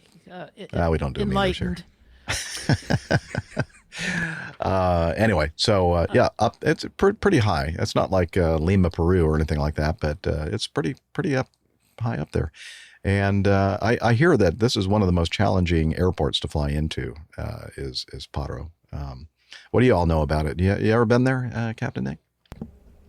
No, I don't think I want to. By the looks of it, I think I've seen the whole video. Don't they sort of fly down a valley? It's basically a visual approach. Mm-hmm. They've got to go down a river, and I thought it was the captain flying it, but was it? And the first officer was shouting additional warnings as well as all the automated warnings. Okay. Oh wait, no, it's the training captain in the right seat, isn't it? It's not actually a first officer. So it's the captain. I think it's the captain in the left seat that's doing the flying. The guy in the right seat's coaching him. That should have been. But he's not talking nearly fast enough. Right. And all he was saying was, "You're all right. You're doing fine." Yeah. Keep going. I mean, he attacked the runway at an appalling angle. I didn't think he was even going to get his right main gear past, onto the runway. I thought it was going to land on the grass. It really was the most horrendous approach. Ludger has a comment. Yep, that's what I was about to say. Okay, go ahead. Stabilized equals out of all limits at the same time.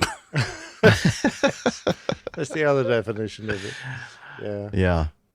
That's interesting. Now, Tom said, he needed a dose or two of go around a Cillin, which of course. Why, hello there. My name is Miami Hick. Miami Hick tells us about to you today go about around an embarrassing a Cillin subject that no one likes to talk about: APG syndrome. And of course, he's specifically talking about the APG syndrome, but of course, maybe they should have been thinking about this in their heads. You can always go around. But on the other hand, though, I understand that one of the reasons that Paro and Bhutan is a challenge is that you don't really want, if you really don't need to or have to, you don't want to go around, because you look in this video here and you look off the end of the runway and there's a lot of rising terrain very, very close to this I think airport. It's one of those rare one-way runways. Yeah, it could be. I don't know. Don't know enough about it. Never been there myself, and I'm probably never going to be.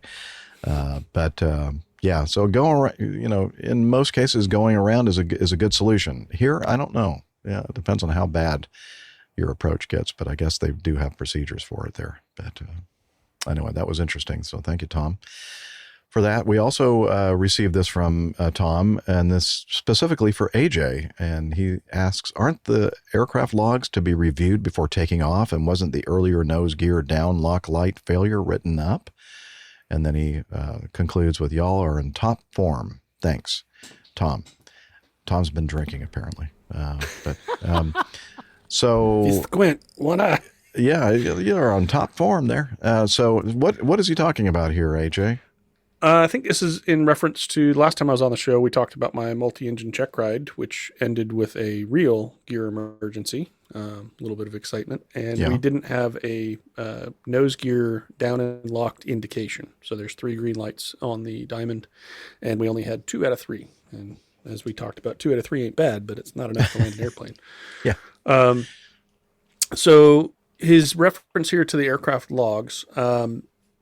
As a general rule, yes, you're supposed to review the aircraft logs to ensure, because the person responsible for ensuring that the aircraft is airworthy and correct is the pilot in command.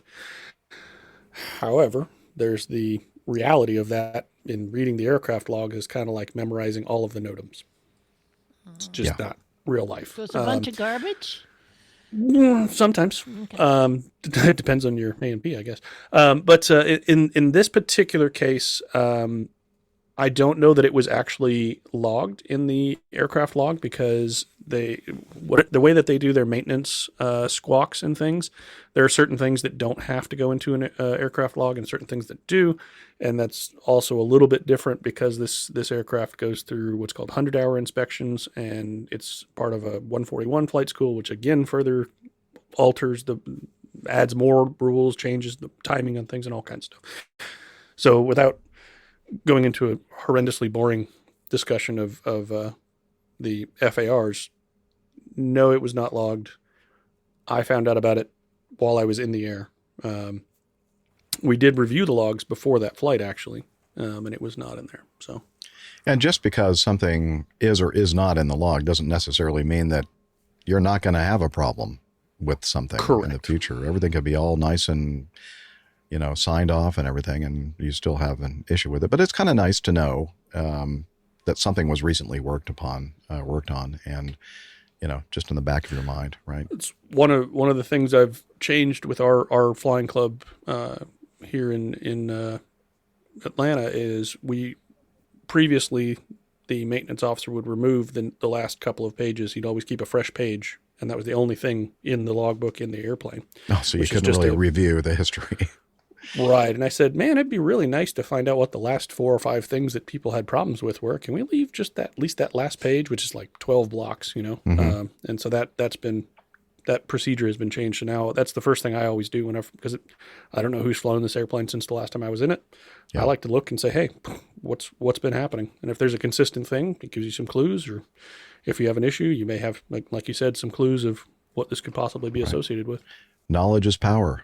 Mm-hmm. Or most of the time it is. Sort of. Yeah. We need the more you know rainbow. Yeah. The more you know. Okay. Very good. So thank you, Tom, for the feedback. We're going to move now to 9 from Henry.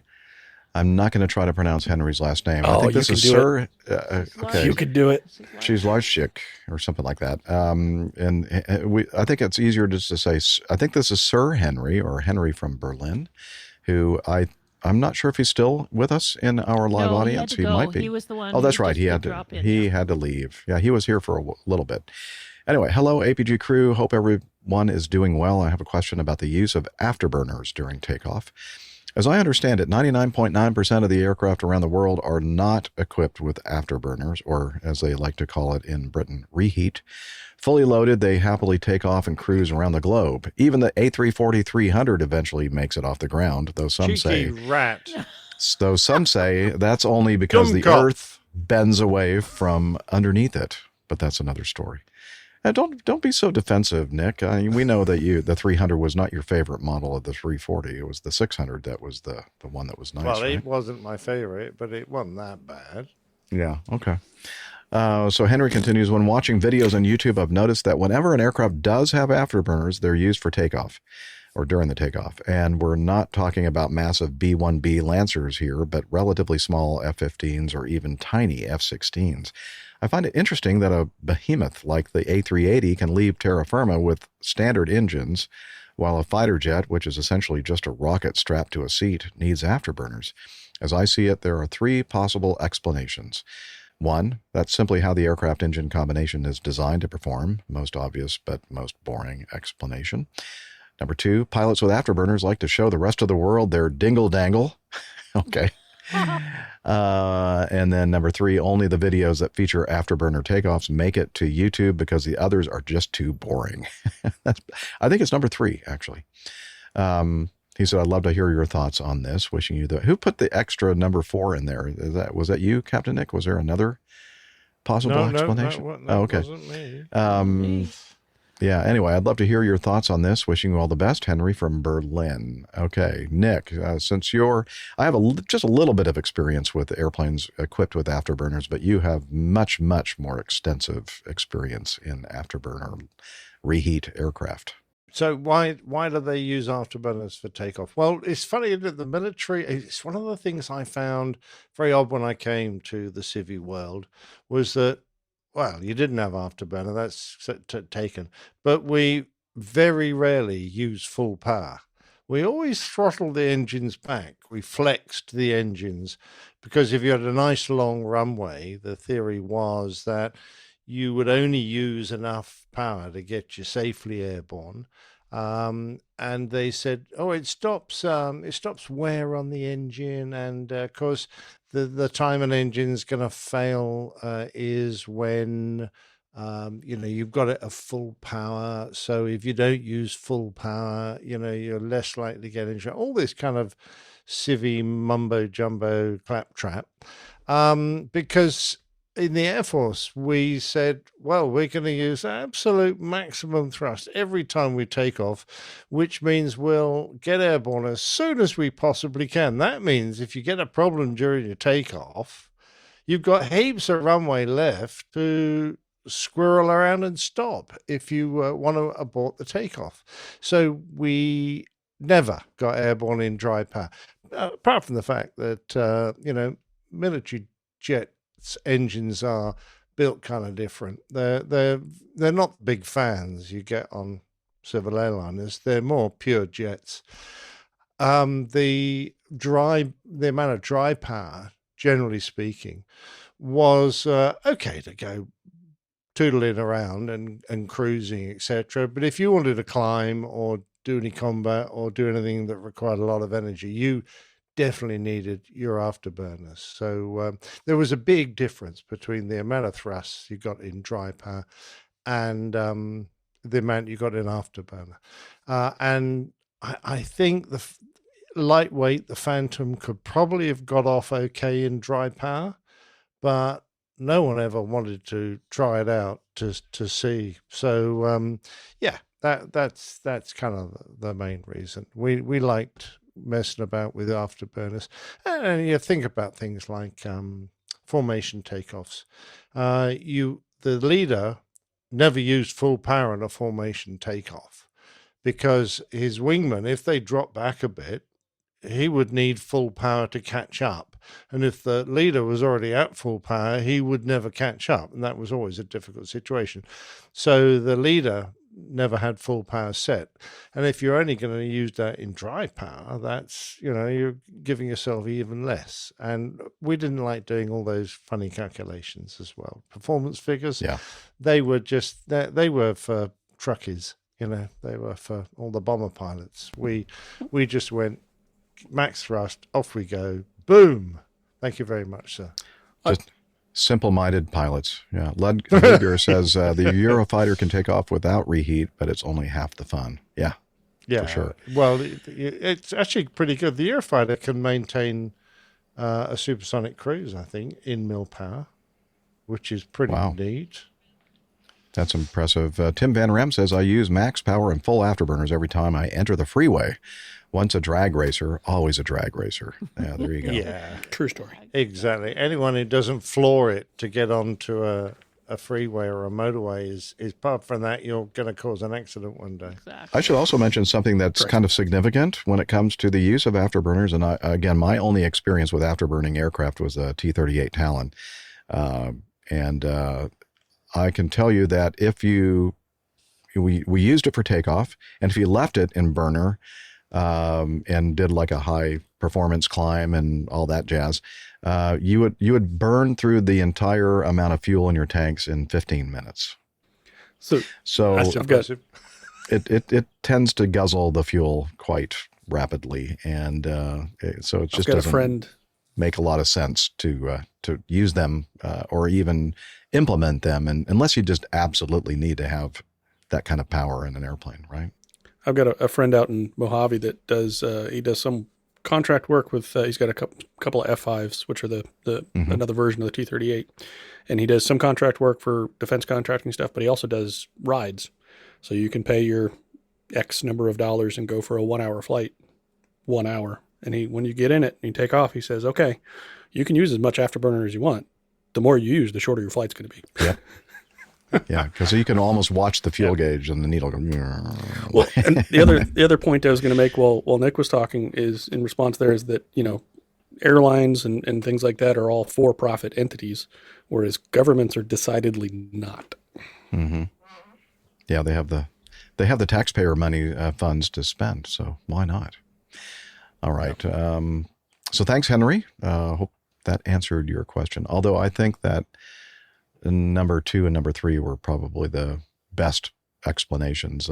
Pilots with Afterburners like to show the rest of the world their dingle-dangle, and only videos that feature Afterburner takeoffs make it to YouTube because the others are just too boring. I think the dingle-dangle is an airworthiness item on a fighter. I think jet, so. Is it not? Yeah, I think I know what dingle-dangle means, but we don't want to go into it. Okay. Let's see, and we're gonna end with this feedback from Andrew Martz. Okay, so I think I'm getting from this Liz as he's an air traffic controller. It seems so. I don't. It seems like that, although he doesn't say so. He's so following up on our Newark discussion. He says it in the first sentence. Some feedback on radar identification from a center. Oh, controller. yes. Well, never mind. Then I'll take everything I just said in the last 30 seconds out. Edit it out. Yes. Because I don't, I guess I won't be on the next show. Sorry. You're fired. Get out of here. He sends us feedback regarding Squawk standby. He says, some feedback on radar identification from a center controller. There are several methods that controllers can use to radar identify aircraft. Ident is the most common, followed by auto acquire off the ground, code changes, 30-degree turns, and Squawk standby and Squawk normal. You guys are correct that if you do Squawk standby, we lose most radar information. But once you Squawk normal again, it all comes back. And if that is the only plane that does that, we can positively identify that aircraft. In the Newark audio, since the controller didn't observe the ident or the Squawk standby, they cannot reliably use the radar data. In the center, if we lose radar contact, we get a different tag called a coast tag, COAST, which stays at the last known location. Not sure about Tracons, but I'm sure it's similar. Wow. This is a great show as always. Hopefully these Newark issues get resolved quickly, but I'm not confident that they will. Oh, not good, from Andrew Martz, center controller. Yeah, well, that's good. I'm glad that you kind of clarified that for us because, yeah, I'm thinking, wait, if it goes Squawk standby, you're not going to see anything. But then going back to normal, then that makes sense. They're all automatically going to be issuing all that new information, and it'll be obvious if you have your system up and running, right? Which in this case, it was not. All right, very good. Still don't quite understand, because if you've been given a squawk code and you're squawking and the controller can see it, isn't that sufficient to identify you? They help me out, Andrew. I that would seem to be the way. And again, I'm not a doctor, but stayed at a Holiday Inn last night. They want a positive command and response, basically. So because there's the theory that someone else could mistakenly put in that code, right? So technically that code is not 100% guaranteed that it's the right airplane. It's out there, but that's kind of the background on it. That's a point. Yeah. When you say ident, it actually is a physical immediate thing on that one airplane. So even if the code is wrong, they'll see that airplane will be the one that has the flash on it. Yeah. So very good. Yep. All right. Let's wrap this baby up. All right, let's wrap it up. And of course, we always refer you to our website, airlinepilotguy.com, where you'll find all kinds of fun stuff there. We are also on social media, and I'll let you two guys fight it out. Who wants to do the social media AJ sites? Does. Okay. Apparently I do. Yes, go ahead, AJ. All right. If you are a Facebook person, or as Captain Nick likes to call it, facepalm, facebook.com/airlinepilotguy. If you're on X, formerly known as Twitter, at APG Crew. Instagram is instagram.com/APG Crew. So basically just drop the @ symbol. And youtube.com/airlinepilotguy, which did that need to be correct, or is that the new correct? That works. So, that works. And Perfect. it's simpler than what I had there before. So, yeah. All right. Very good. And we you have of a course, traveling companion? I do. He's always with me, taking up space in my bathroom shower. Hello? Can you tell us about Slack? Okay, but I'm dripping wet. I know. Just put a towel around yourself, please, for several reasons. One of which is water dripping all over the place, and the other is because I just don't want to see that. Can you tell us about Slack? APG listeners, please join us on our Slack team. Slack is a communication, coordination, and sharing platform that works on your mobile, laptop, or browser. On Slack, we share news and ideas, we suggest episode and Plain Tales topics, we plan events and meetups. To get into the Slack team, please email me at slack@airlinepilotguy.com. That's SLACK, Sierra Lima Alpha Charlie Kilo @airlinepilotguy.com. Or send me a tweet with your preferred email address to @Hillel, and I'll send you an invitation. That's Hillel, spelled Hotel India 11 Echo 1, and see you in Slack. All right. Thanks a lot, Hillel. Jeff? What? Which washcloth is mine? I really wish you would stop moving them. Sorry. All right. We do thank Hillel for all the work that he does managing Slack, and the information about how you can join is there as well. So we'd also like to. Speaking of slackers, here she is. Speaking of slackers, she's now with us on the big video screen. Is our producer Liz Piper, who does all, I'd say 90% of the, well, maybe not 90%, but most of the work here, especially behind the scenes. And actually, when we're doing the show live, I know you don't hear her when you're watching the video, but she's there giving us all kinds of helpful information. Not always correct. Not that helpful. Well, Yeah, not okay, really. well, I'm being generous. I'm being very generous. It's usually pithy, snarky things that she's saying to us. Yeah, that's more like it. And thank you to those who take the time to be with us while we record live in our live audience, our live chat room. And you should follow us on the social media to let us know, because that's one of those many things that Liz does. She puts out notifications when we are going to be recording the show live. And I think you'd really enjoy hanging out with this group of folks, these misfits that are in the live chat room. No, just kidding. You're not. The most reliable place for people to check is the APG calendar. The APG calendar is like the most reliable place, according to our producer there. So, oh, that's right. You're here with us, so I don't have to repeat what you just said. Sorry. There's the echo again. Yeah, that echo.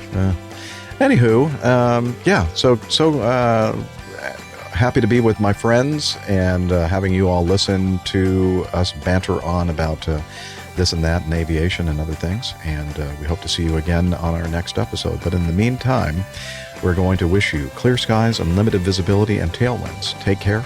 God bless. Bye-bye, everybody. See ya. See you next time. Yeah, he's up in the sky. It's the airline pilot guy.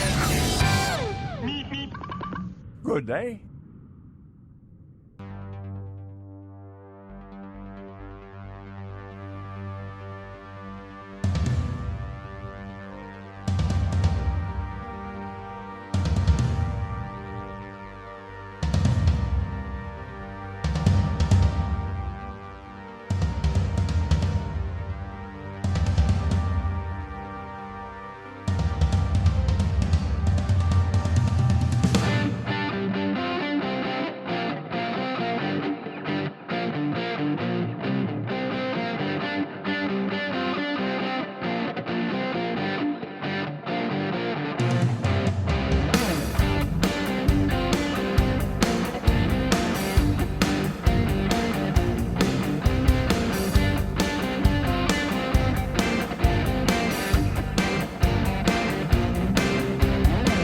Now look at them yo-yos, that's the way you do it. You talk a lot on the APG. Now that ain't working, that's the way you do it. Money for flying and your beer for free. Now that ain't working, that's the way you do it. Let me tell you, them guys ain't dumb. Maybe get a little blister on your finger. Maybe get a blister on your thumb. We've got to fly these McDonnell Douglas. We've got to fly these Airbuses. We've got to move these passengers, and we don't do it for free.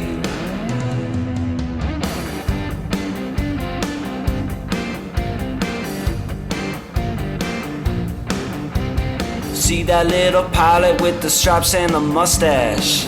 Yeah, buddy, that's his own hair. That little pilot flies his own jet airplane. That little pilot is a millionaire. We've got to fly these McDonnell Douglas. We've got to fly these Airbuses. We've got to move these passengers. And we don't do it for free.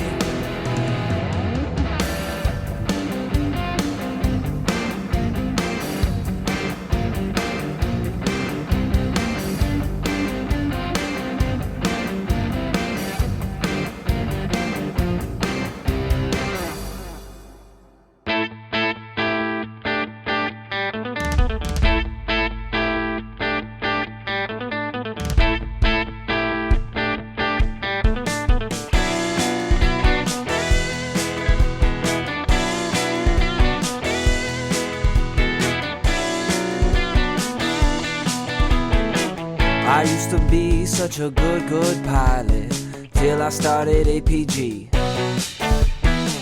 I opened doors for little old ladies. I helped them to their seats.